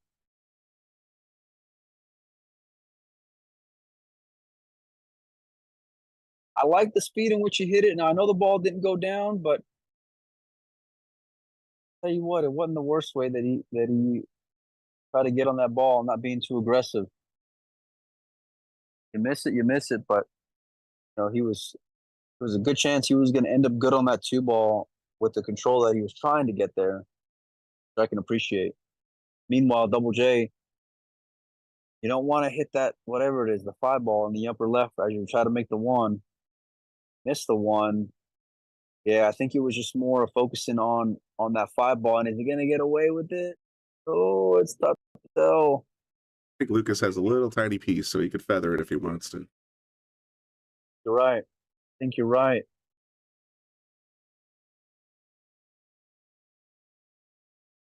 Nice little touchy shot here.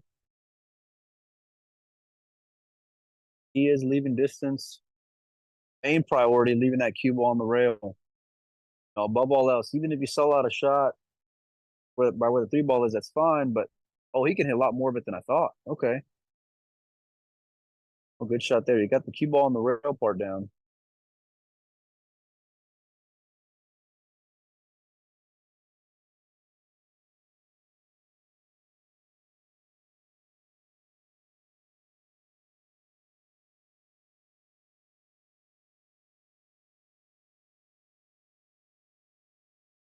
Okay, on All right. caffeine.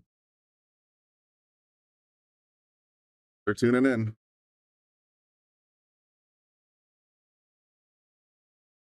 Jay misses the 1-ball, but I think he's okay. All right, and I think that was intended. I'm not so sure that he had enough of the ball to see. He was looking for that general outcome, yeah, to have that what is it, this 5 and the 4 in the traffic. Right. Yeah, I think I'm with you there. 1-ball is a big ball to be able to make here, depending on how much of what angle off the side rail that he could hit. He may be able to try to dice it in head on.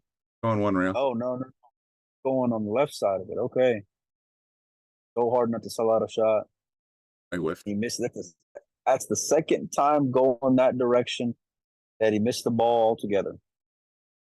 I don't like that inside shot because you risk hitting the ball on the left side, the 1-ball on the left side, and scratching, but same outcome it turns out. Yeah, I mean, I think the 1-ball was far enough, towards the right where it's hard to scratch with that. But above all else, got to make sure you get the contact. You sell out, right? Then you adjust for the next time. But For sure. to have 2 shots go on the same way and coming up without contact,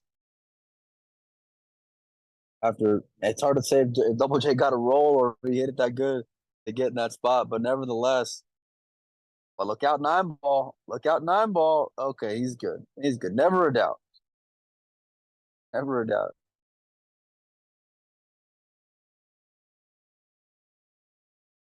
Tell you what, if you're a sweater, you're getting your money's worth here.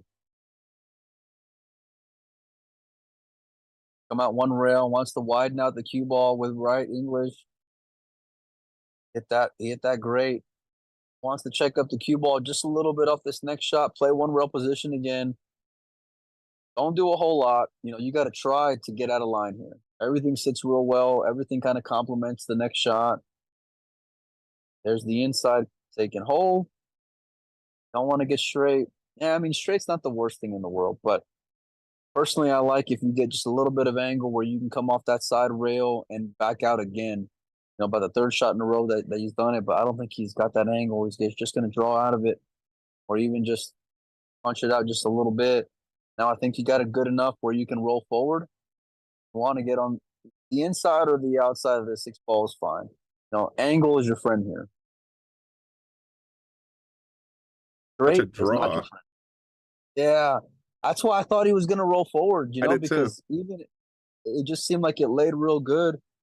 This can get a little tough for you, depending on how much of this 6 ball that he can get to and where the cue ball is. I think he's going to come out 2 rails, a little bit of follow.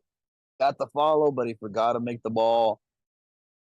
No easy 6 ball here for Lukas. Just when you think it's a walk in the park, there's another twist. Big shot here. Tough shot here. Bears down. Got a little flat here. Wanted more angle than this, I believe. Think he'll be okay. He's got the stroke. Yeah. I think he's just going to draw it straight back to the short rail. I don't think he's going to go crazy with the rails. It's a good combination. You shoot straight, you got confidence, you got the stroke, good eyes. That's a good recipe for a good pool player.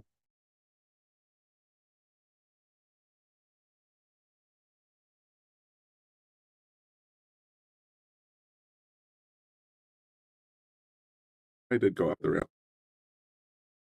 Yeah. I think that's the only way you got to play it, right? I mean, you got to use every inch of the pocket for sure. But if you get it, you optimize your position on the 8 ball, just given how flat you were there. So good shot there from Lukas.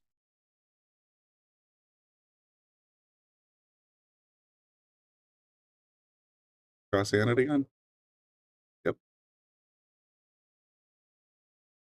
He's what? He's What gonna was go. He's gonna go cross hand it again. Oh no, he isn't. All right. I see. I think he's good. Yeah. See how he likes to play it. Oh, what a touch! Now It's all about speed, though. It's all about speed. Look out. oof. Oh, boy. This just got funny. Just got funny. Shaking his head. He knows.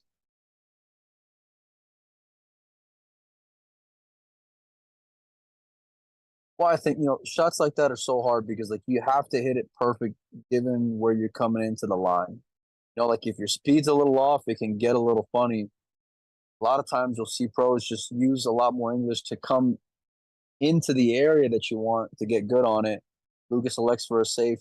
Well done. Good cue ball. Good object ball as well. Can't get any more out of the safe here than what you got if you're Lukas. But this is right up Double J's alley. He's calling it. He's going 1 rail at it. I think even if he doesn't make the pot, he'll create separation. His experience is gonna serve him well in this spot. See what I mean? This is what I'm talking about. Even if you miss it, he'll come out pretty good. Nicely done there from Double J. Hit it with the perfect amount of speed to leave it right by the badge. Now I think it's go time. I don't know about you. I mean, listen, I'm a fish, but the 9 ball's enough off the rail. Your center table, you got 2 balls left. It's so hard to play safe here. Well, that's the thing. He's been playing. I saw him at the Derby playing bank pool. I think he placed 4th, and this shot's pretty much a lock for him, actually, based on what I saw him in was this Kansas City doing it. He was playing these shots like it was nothing. So this is, I would say a higher probability than normal for most people. See how good he's feeling at the table. He's taking his time here, which I like. Got up here down. He just decided to play it out safe, but is he gonna get behind the 10? I don't know that he will. He is not. I'm not in love with it. I'll be honest with you. I thought for sure he was gonna go for it. Yeah, with a 9-4 cue lead. Ball wasn't that far off the cue ball, So you come up short. I get it, but man, if the percentages are weighing like that, I'm putting the bullets on my side. Oh, okay. It's the whole pocket. Did he overrun it? Might have a little bit. Supposed to make this ball, but it ain't a gimme. He ain't stealing here on this shot. He's a favorite to make it, but gotta shake off the nerves a little bit. More importantly, you got to get back in this match. 9-4 lead for Lukas, and Double J make it 9-5. He does, and he does. Good shot there, good recovery. Using all of his experience at the tail end of that rack.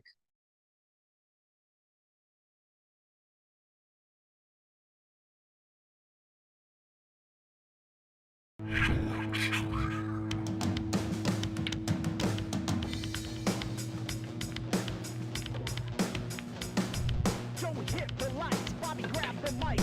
Chicken, call the action from the other side. Shock freeze, going live. We're about to enter water, only shock survive. In 3, 2, 1.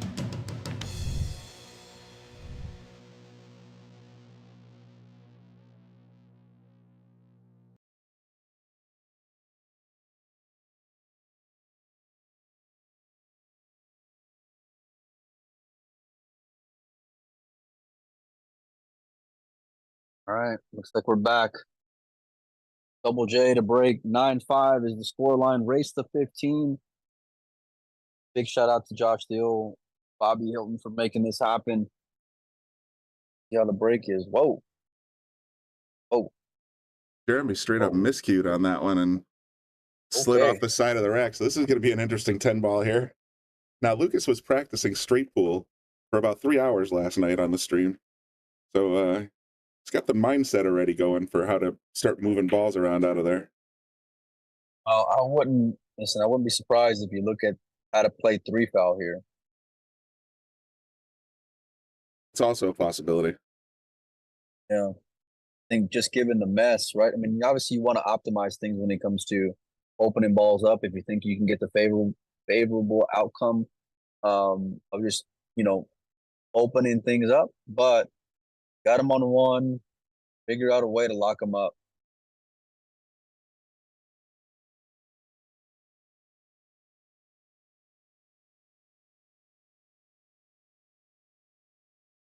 See where Lukas's head's at.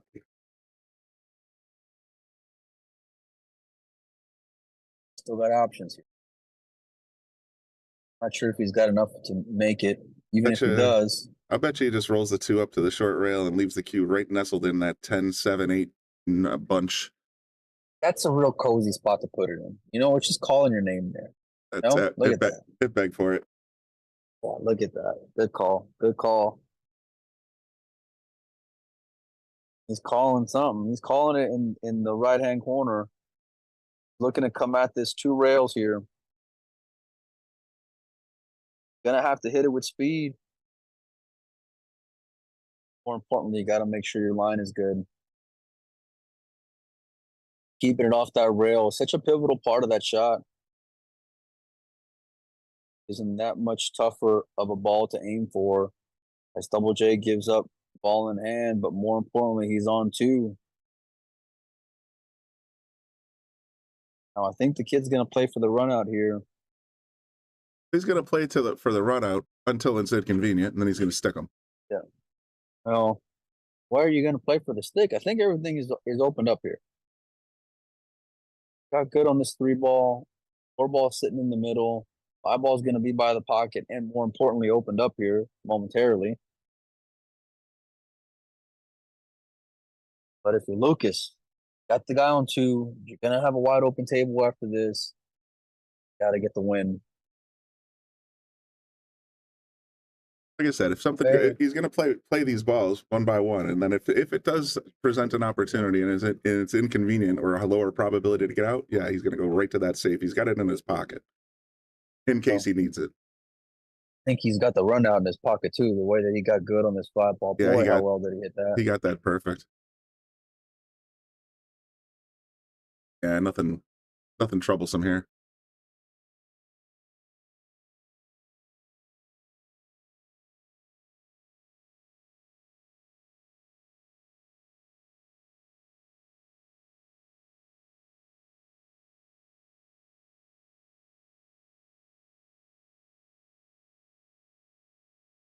Heading ball in the corners, coming across table.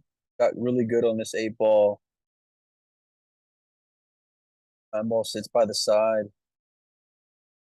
Gotta make sure handle your business if you're Lukas. Nicely done there.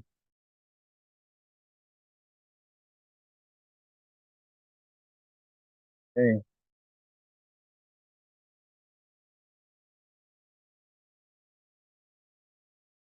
Oh boy. Oh boy. Well, this is what you don't want to have here. You know, above anything else, it's one thing you overrun it, you overcook it, it's all right, but then you overdo it and leave the cue ball on the rail. Disastrous. Unless you shoot like that. What a Exactly. shot there from Fracasso-Verner. He's Oh man. he's very comfortable with the top half of the ball. I've seen him do many shots like that. Tell you, next time I bet on the kid, I'm gonna tell him to hold on till I get a good bet in. He's got a tough one like that. What a great shot there from Fracasso-Verner. Mike Roberts is asking how old is Lukas. He just turned 22 in November.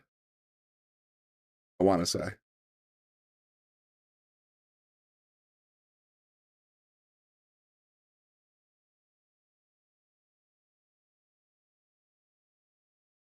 Let's see if he can make a ball this time. Flip a coin here. I tell you what, that's you got to be like 60-40, not making the ball the way that he's been breaking to this point. Right. Which if I bet on him not making the ball, he'll probably make one. Boom, there's 2. There it is. What did I tell you? How good am I running here?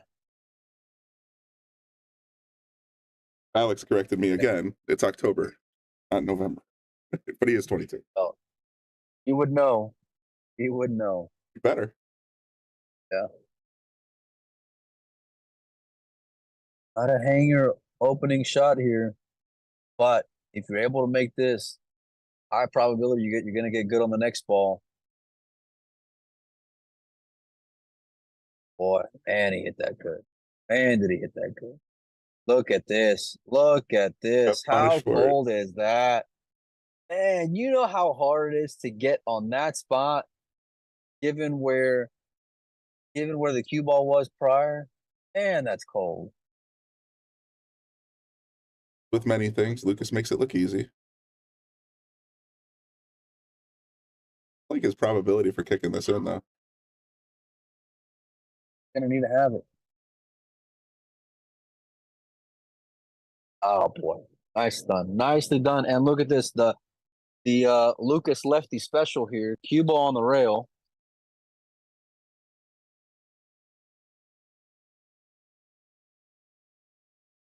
Look at that shot, man. How good is that kid with the cue ball on the rail?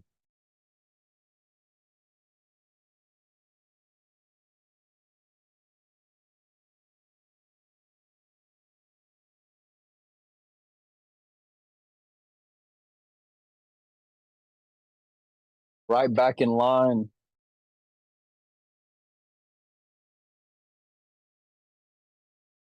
Had some late rack drama a couple times. See if we can get the break and run at a big spot in this match.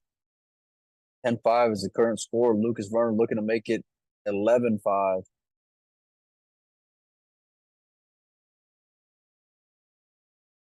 Keep it simple. 10 balls hanging. You don't got to do anything.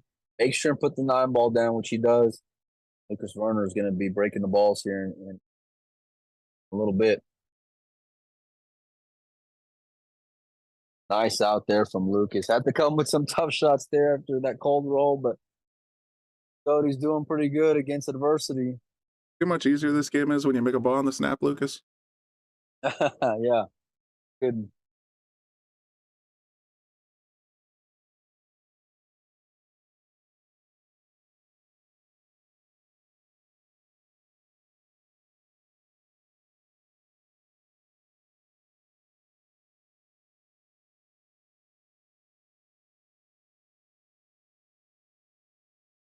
All right. about 350 viewers on YouTube and Facebook, and a little over 5K on Caffeine. So thanks everybody for tuning in. Get everybody for hanging out with us.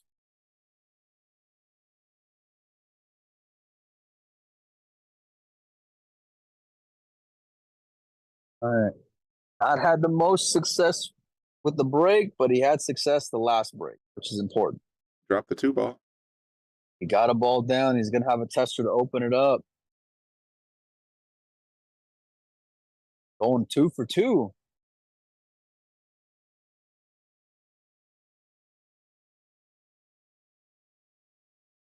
See how the kid closes the match.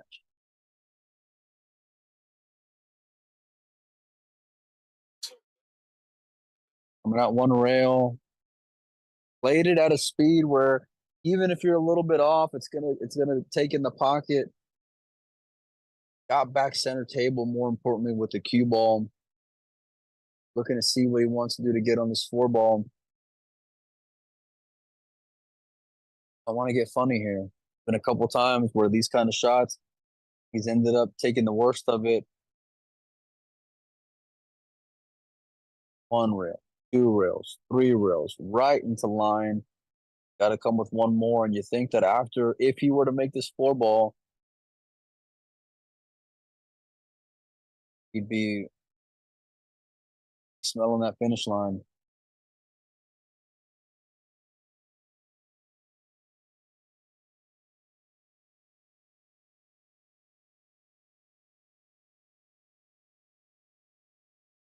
Big shot here. Make sure and put it down. Hard to get out of position here. What a shot.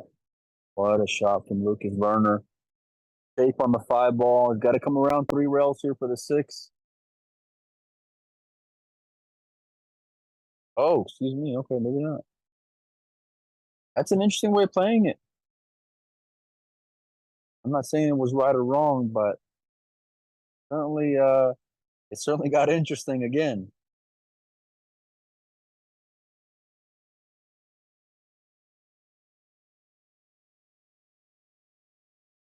More big one, come on. Boy, oh boy. Lukas lefty shining through. It's hard to tell the angle, but it looks like from his body language and the way he pointed at the 8-ball that he's good here. Forward about 5 balls, and then he's good. Yeah. Tell you what, you get your money's worth out of Lukas. This has been quite the match through 17 games.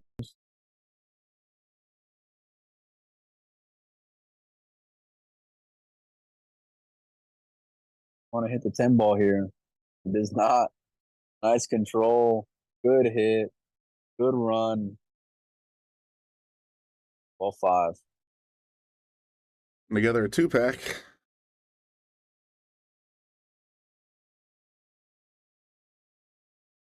Just needed to get comfortable, that's all. Sure. Just a slow starter on the break out of the gate. Fracasso-Verner makes a 10-ball on the side. Playing his best pool at the most important time. He certainly seems to have caught a gear now that he's got his break straightened out a little bit, hopefully. Yeah. I mean, you can tell he's got a lot to work with. You know, he can do so many things. Position play needs a little bit of work, so that way he doesn't have to work so hard at certain points in the rack. But boy, can he come with big shots, which is so crucial. Just to address Andy Gow, one of our main sponsors, he's asking if that was a 2-pack. Yes, it was. Gonna get 3. That's the question. First part of the sweat is if he's gonna get a ball down.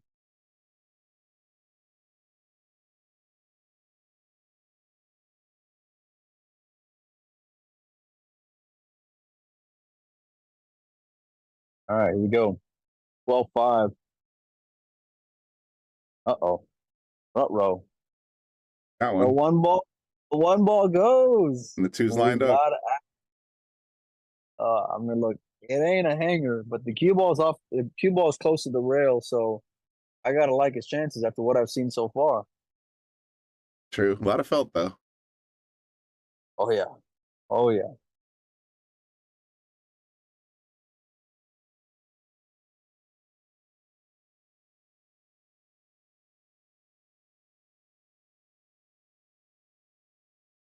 Right. I like his confidence. He's looking to see where he wants to get on this three ball. Get bearing down here. How did you hit it, Lucas? How did you hit it? Out of gear here.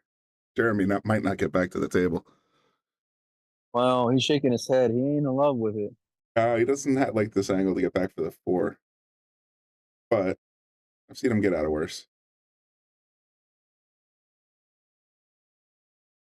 A little funny. A little funny. I wonder if he's just gonna play a stop shot here. He might just What he's stay. Yeah, looking at. yeah, that's what he's basically saying is the cue's going to be here. What's it look like? All right. Maybe over here. I pinch it back here. What's it gonna look like if I stop the ball? What's it gonna look like? Yep.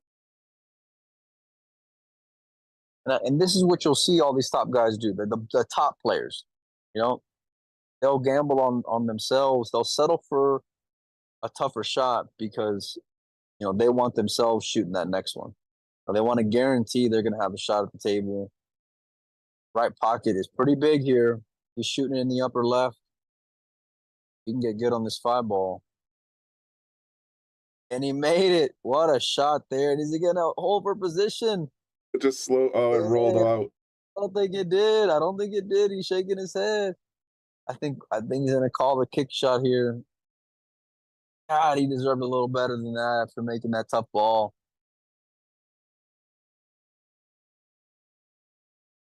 He's looking at the 2 rail. Okay. Pick and stick. He might be trying to just leave the cue sitting there and push the 5 down table and get behind the 6, maybe. I think it's hard to do from this angle. I think you're sending the 5 ball into no man's land where it's just going to be wide open. You know, he's not even going to get a rail here. Well, I don't think he has the juice. No. Yeah. Well, that ends the 24 ball run there. The line was good though. The line was good. You know, if he gets the cue ball to the rail, he's not going to have a shot. Yeah. Short of pace there. Yeah, just a hair more strength, and he would have had a pretty nice little defensive play. Out of a defensive play, that's pretty impressive. See little back and forth here. Yeah, see if Double Jeremy. J. Yeah, Jeremy's got to convert this rack. This is a big rack. Oh, it's a must. It's a must-have.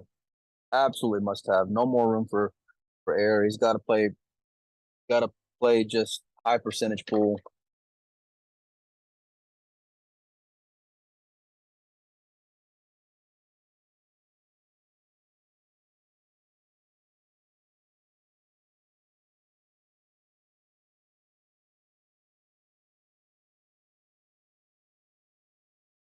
Here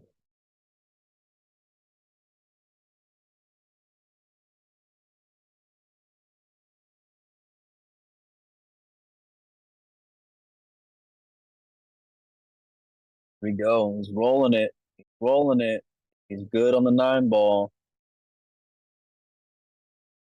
Throwing some poise. Here's Double J.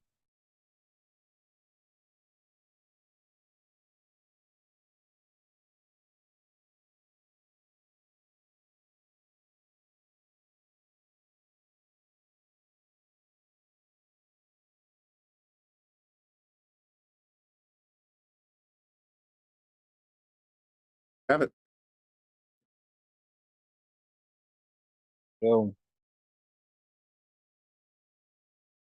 12-6. Lukas is 3 games away. Double J trying to mount a comeback.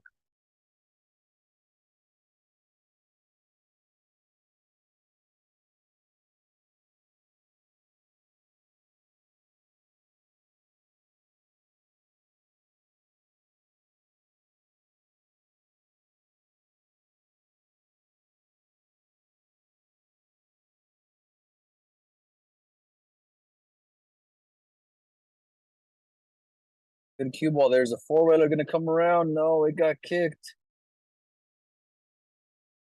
the shot on the one, but ball's in a really, really tough spot.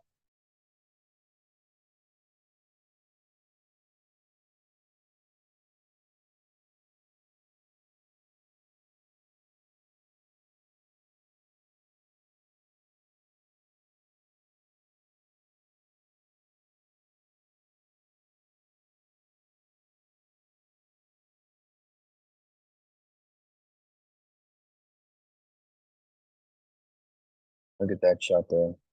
Look at that position. Nice hold there from Lukas. High ball looks to be in a tough spot, but can he get enough angle on the four ball where he can go into it? Don't think he can. He'll have to play for the combo, it looks like.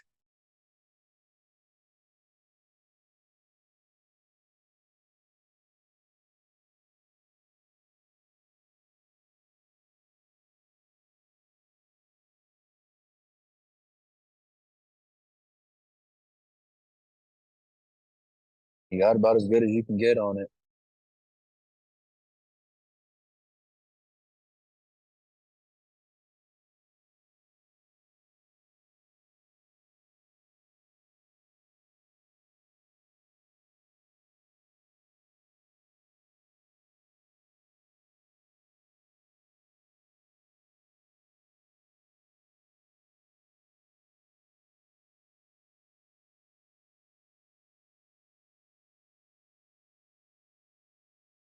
Rising up, what's going to happen next?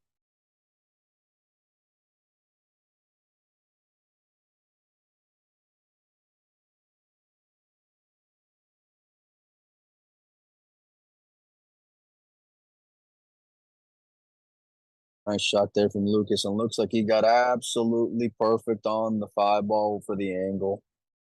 I like just rolling up here, maybe stunning over. Go, he elects for the stun.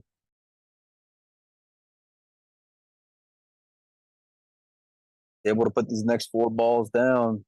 Not only will it be a couple of games away from the finish line, but more importantly, have another world-class out on his belt.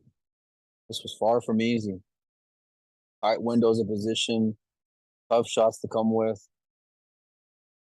Showing some form here. Whoa. Two ball wanted to stay up. Hit it a little bit thick, which is why he's a hair short here. Come with some really tough shots to this point. See if we can put this seven ball down.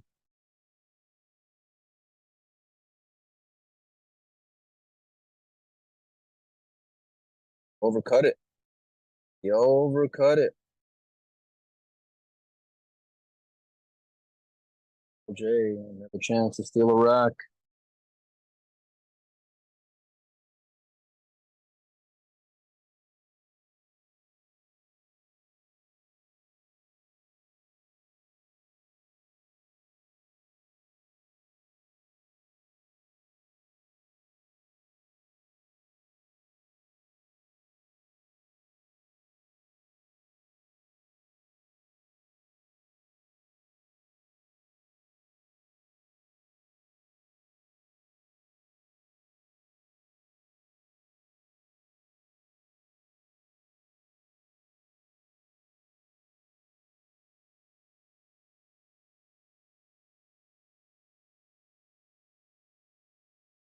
Hey, he missed it.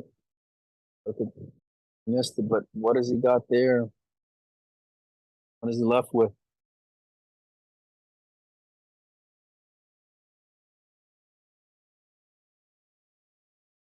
This is tough.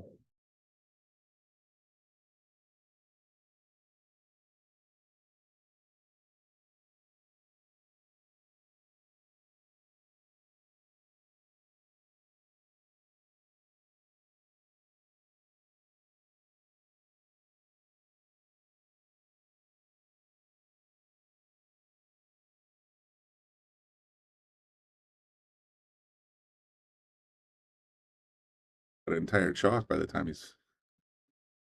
Yeah. Yeah. No kidding.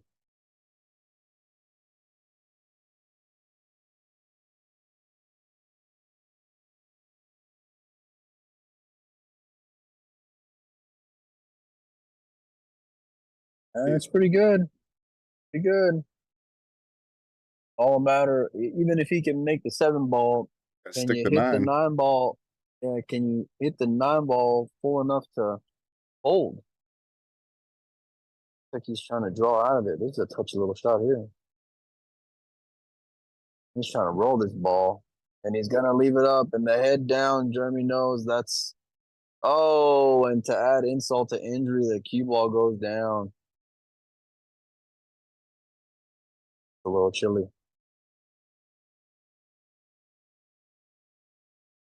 Lukas looking to get 2 games away here. Balls away from being 2 games away.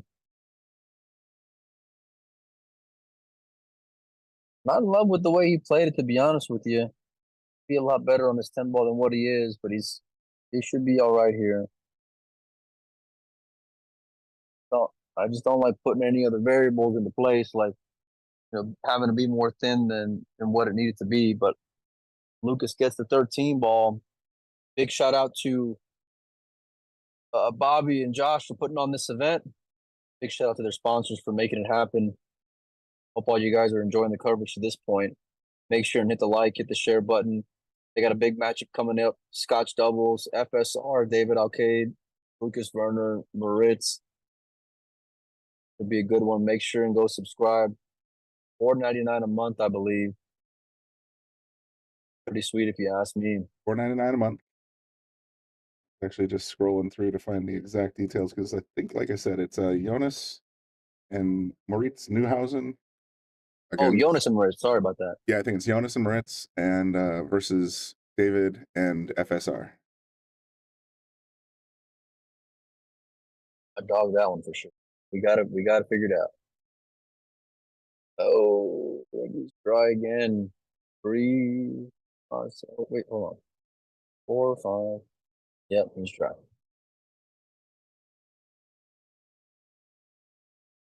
Scotch doubles race to 15 at 8 o'clock on the subscribers only channel.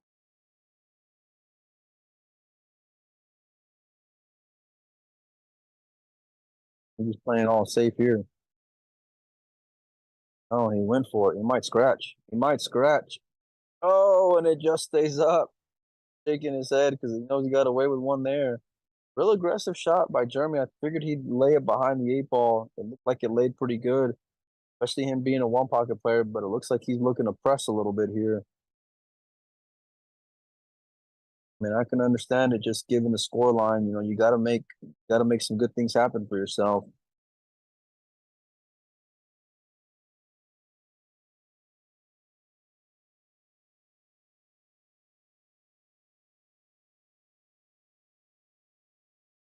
He makes contact, but that's about it. Gonna sell out. In the comments section, yelling "pool party, pool party, pool party." Well, he's referring to the event we're having here on Monday, March 11th, from 6 to 10 p.m. Closed to the public.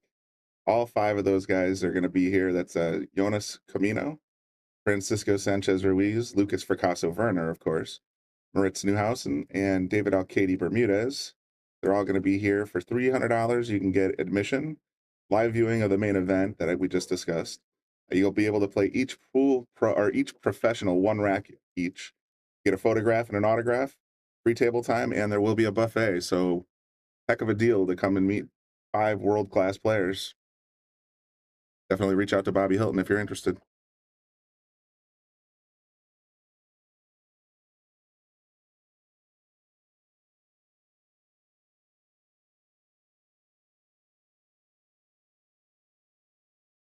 Hey, on with some good shots here.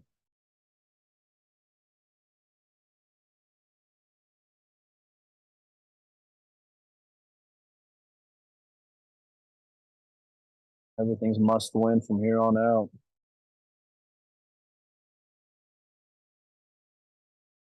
Gonna be a little short, I think. Is it gonna get there? A hefty amount of angle, I'll tell you what.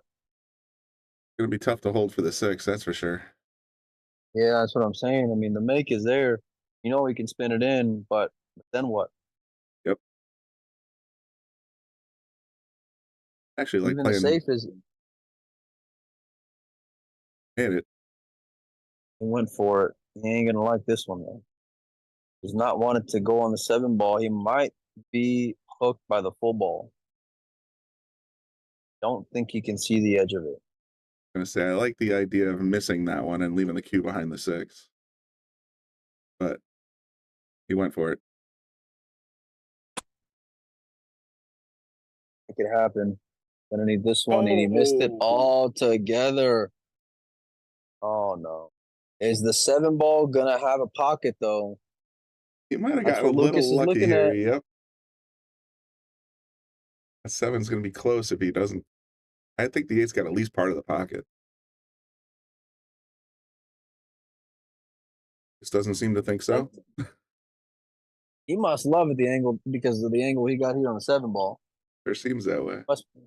Yeah. Oh yeah. Never a doubt for that kid. At the right point, went right in. What the heck was that? Thought he was getting his extension, but he's getting his chalk. He needs these last 3 balls after a great shot. 7 ball. Good match to this point. Early back and forth, but Lukas is taking full control here. Looking to get on the hill.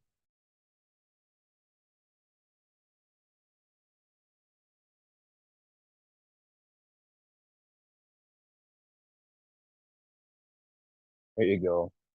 Back to the pocket. Perfect line.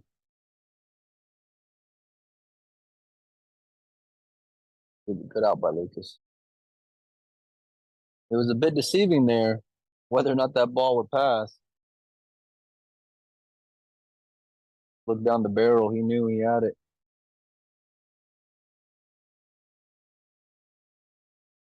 One in the stands putting their coat on already. It's not over yet. Oh, no. Definitely not over here.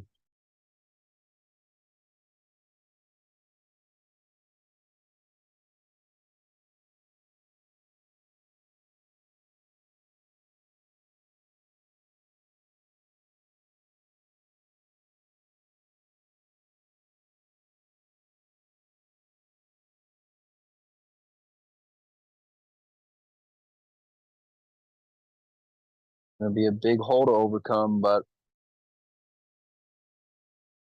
Lukas breaks dry. Double J's gonna get back to the table. Interesting ritual where he puts the cue on the table, puts the cue ball, leans it up against it. It's like it's a precision spot of some sort. Notice he's done that every single time he breaks. Oh, he's made the side ball. That's the best break that he's had the entire match. Great pop. What I don't know, a ball might have gotten no game, but either way, that's just the roll of the ball. Where was that break entire match? Derek, I have no idea. I tell you what, I'll text that idea to Bobby as saying short interview with JJ after the match. If he wants to go live from Coast to Coast Pool in Wappinger Falls, maybe he'll do a quick interview with him. I'll text him that idea.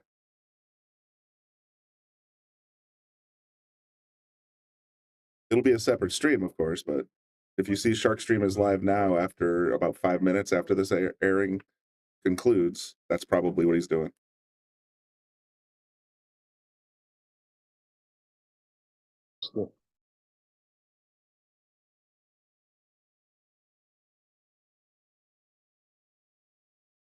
All right. Game for game here. Lukas on the hill.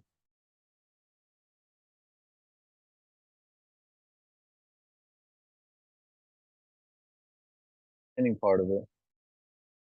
Great spot here on the 2 balls. Well, everything in the open.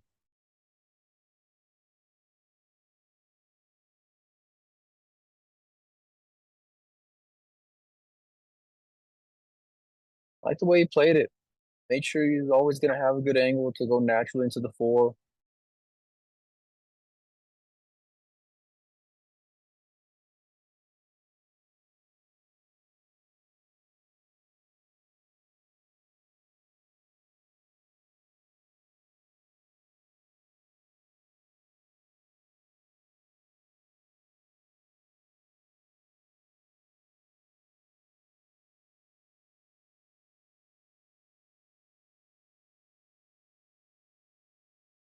He's trying to just spin that ball with a little bit of inside to go towards the 5. It looks like he hit it pretty well.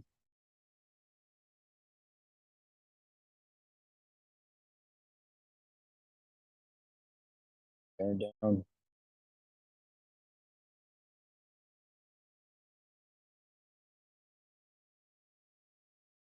It held, but looked like it was going to run out of steam there for a little bit.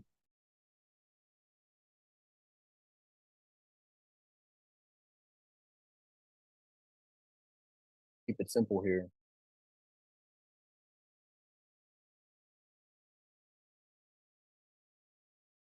Okay.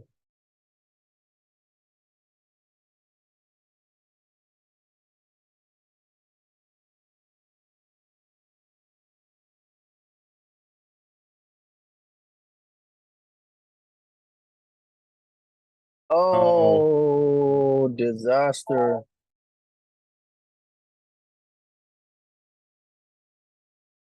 Rough.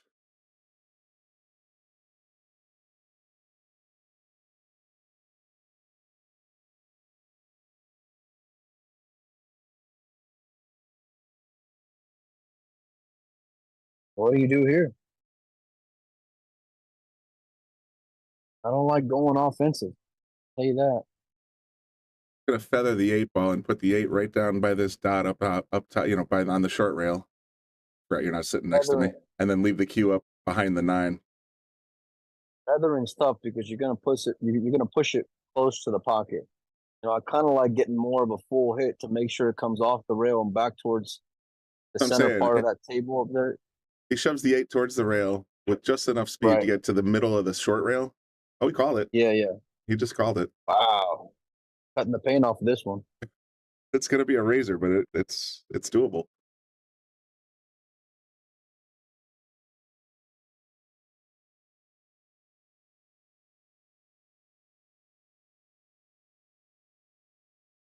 The kid thick. It's a little too much, yeah, or a little too little, I guess. That was tough. No matter what, that was tough.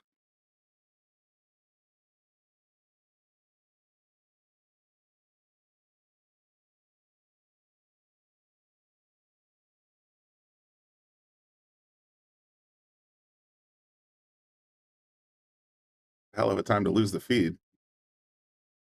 Yeah, no kidding. Thought it was me. This is tough here. You're gonna have to come all the way around the table here. A little bit of a hiccup, but we're back. he clearly made the 8 ball.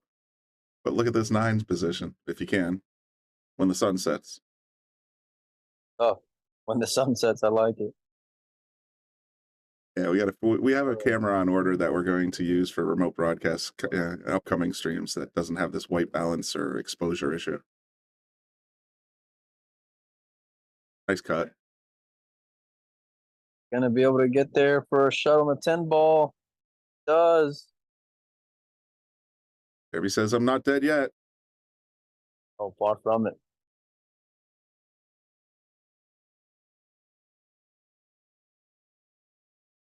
Here you go. Out there from Jeremy Jones. Got 1 back, still needs 8 more.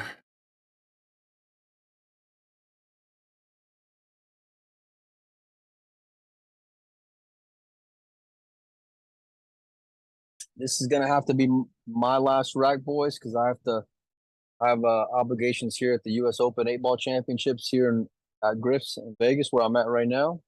So, hopefully Jeremy can keep on fighting, but I gotta do some on-site coverage here as well. So, fair enough. Let's see what happens in this rack. Double J to break.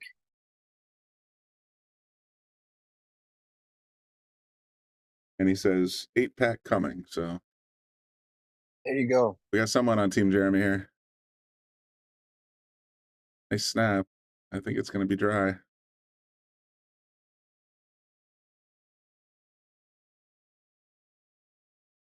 And sitting on the template. No.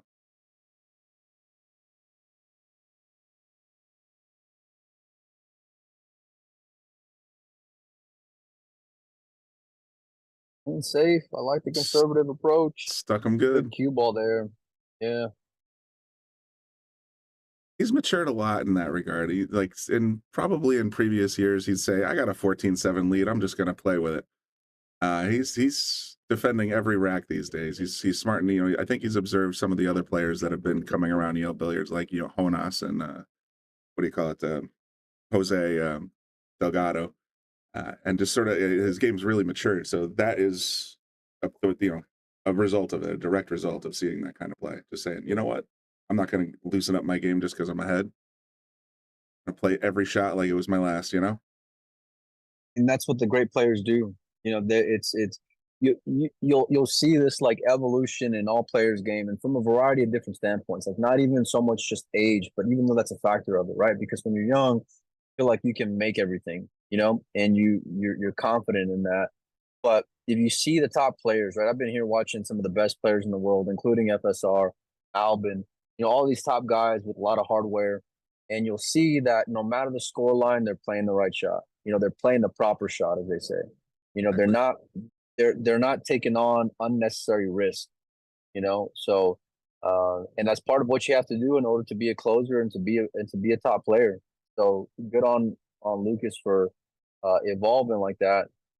Wow, what a great shot there to open up the 2 balls well. 2 ball on the rail. That was a clever little shot.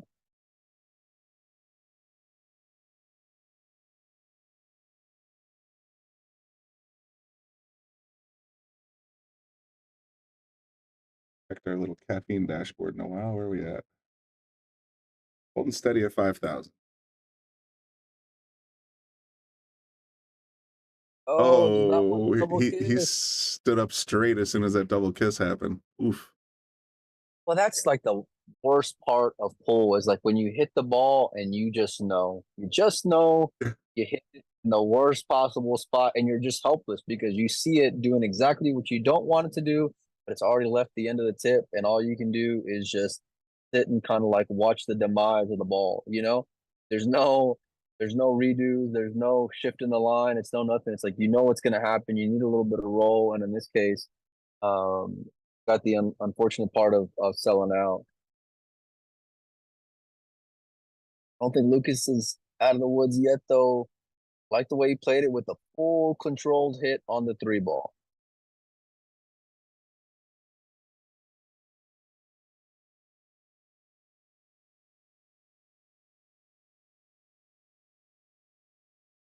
Big exhale. He's got something on his mind. Worried about that 5, maybe. Got to worry about putting this ball down first before he can worry about the 5. You know how these guys think. All right, after the 3, then I got to. You know what I mean? Yeah. Absolutely. I like it though. He's giving it the respect it deserves. Part of what okay. Flirting with both the corner and the side pocket, but he got just the right position. Never a doubt. Never a doubt, he said. All right. This is the shot where you get back in line, though, right? This is the shot where you see these top guys get back in position. I think he overcooked this one a little bit. Maybe the adrenaline's going here for Lukas. I think he was going for that position, but he just came up a little bit short. Oh, you mean because it doesn't pass the 6? That makes sense. Yeah. I think he wanted to roll about 3 balls further, play it right in that pocket, and then have position on the 6. Like I said, I had a feeling he was thinking about that 5 ball. And when he got that position, it just rolled a little short. I'm pretty sure that's what he was going for, was short side in the opposite corner.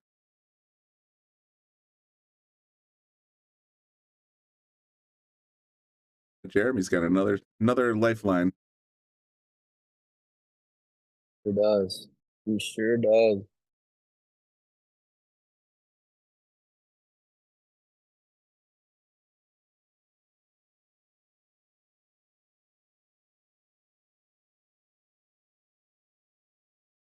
He's 4 balls away from getting another rack back. Continue to put the heat on Lukas. The hard part, but Jeremy's taking care of business when he needs to. Get an opportunity.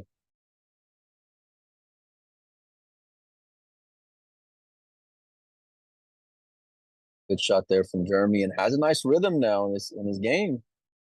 Got some pep in his step.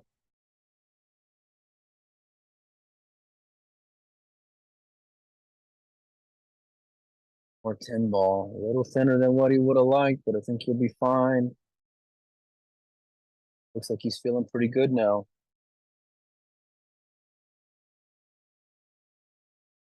Oh, wiped its feet a little bit going in, but Jeremy gets the 10 ball down.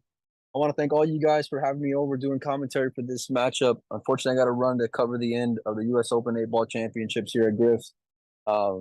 Josh, or Theo, and Bobby, I want to thank you guys for having me. It's been a real pleasure. It's been fun being with you in this booth, and thanks for coming by. Yeah, for sure. We'll talk soon. You guys enjoy. Thanks for having me, guys.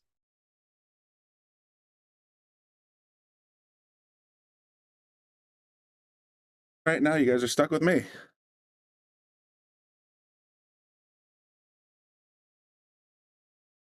Boy, that only took a quarter of a second to get a text message from Bobby. He said, let everybody know that I'll try to get an interview with Jeremy after the match. So once this match does conclude, make sure you stay tuned for Shark Stream notifications, because Bobby is probably going to go live like he often does from his car, live from Coast to Coast Pool there in Wappingers Falls, New York. And he might have a conversation with Jeremy to share with everybody. John Porto once again says, isn't it past your bedtime, Brian? You don't know me very well. I go to bed at like 3 in the morning. Nights. I've been long advocating for Shark Stream After Dark, given all the fun action that happens here after hours. Looks like Jeremy broke dry.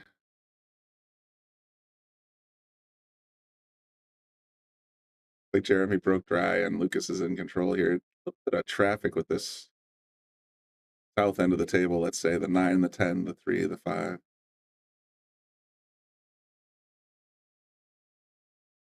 Seven ball is going to keep him from making the position he really wants to get on this 3.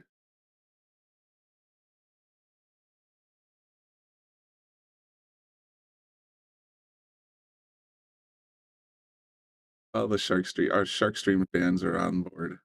Oh, that's tough. That's real tough.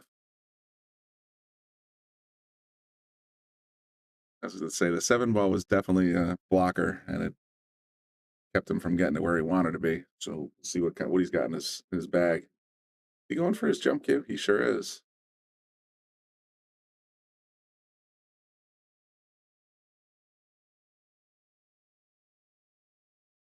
That is a short throw jump cue. Look at this. He's right next to that pink 4 ball.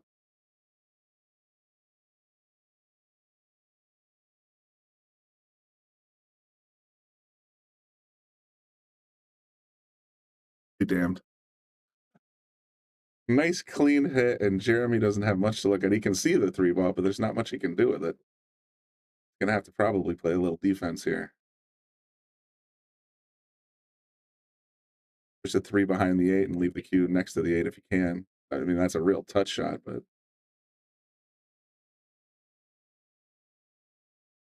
they did pretty much what I thought. Only with better blockers, so not bad. And we just saw Lukas jump a ball from 1.5 inches away, so jumping to the 3 is not off the table.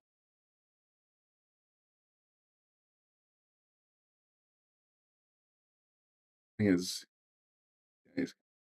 called the 3 on the side. Sure, he's going to get there with that 4 sitting high.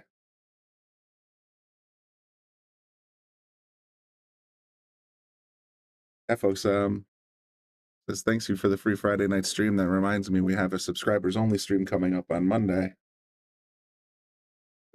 Moritz Neuhausen, Jonas Soto versus David Alcady, and FSR himself will be here in Wallingford on Monday the 11th from 8 o'clock at 8 p.m. We also have the pool party that will be 6 to 10 p.m. closed to the public, $300 a ticket. You will be able to see the main event live, as well as play a rack with each of the pros that are going to be here that night. Get autographs, pictures, free food, It's going to be a great time.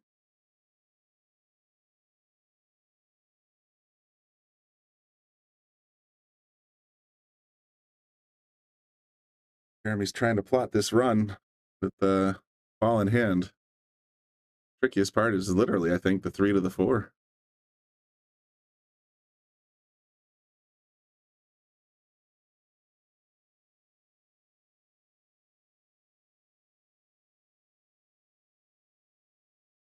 Could be thinking about just trying to play the cue up here if you can. Center of the table.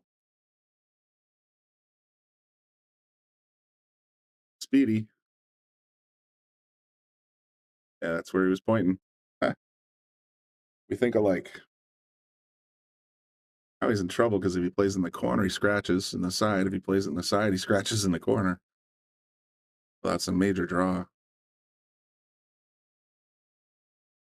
I thought he had a little less than that on the angle. Well, he kind of either played it two-way or just got a nice roll.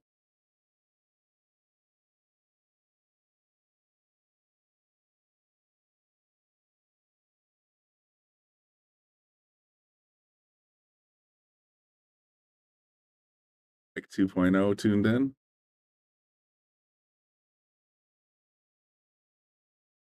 And here we go with the one rail. Possibly two.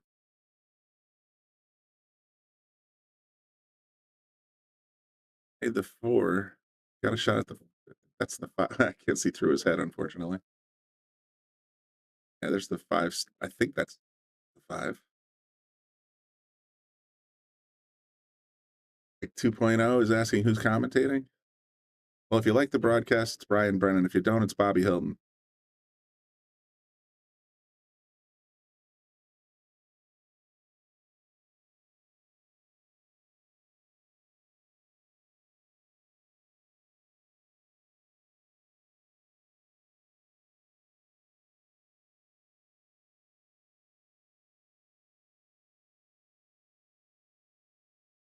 That's it right in the corner. Leaves himself a nice shot up table with the 6.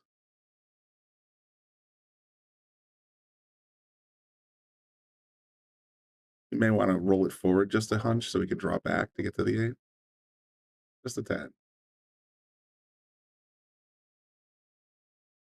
Sure did. Oh, he let it go a little bit.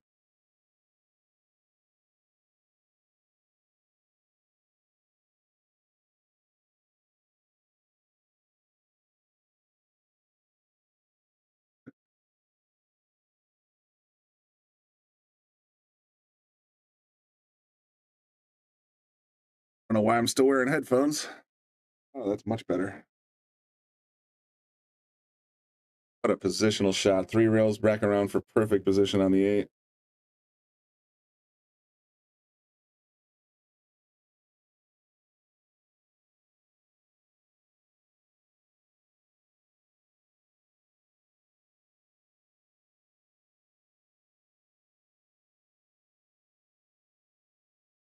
We are, the fat lady's warming up.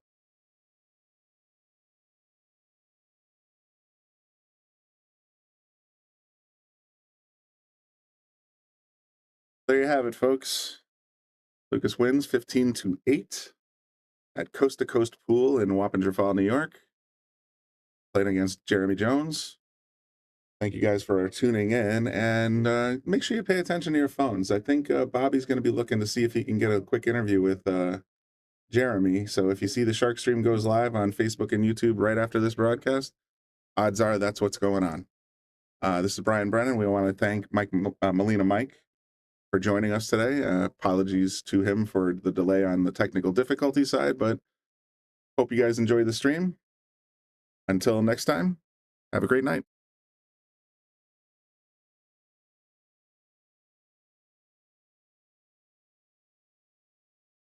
We want to give a shout out to all of our sponsors here on the Shark Stream. You have Connecticut APA, SigmaWare, Agency One Group, Jacoby Custom Cues, Women in Pool, Mabel's Tables at Michael's Deli, NM Billiard Sales and Service, 11 Hall Avenue, Wallingford, Connecticut, KM Maintenance, JT's Pool Cue Repair, Salotto app, Mark Anthony Home Improvements, Tommy's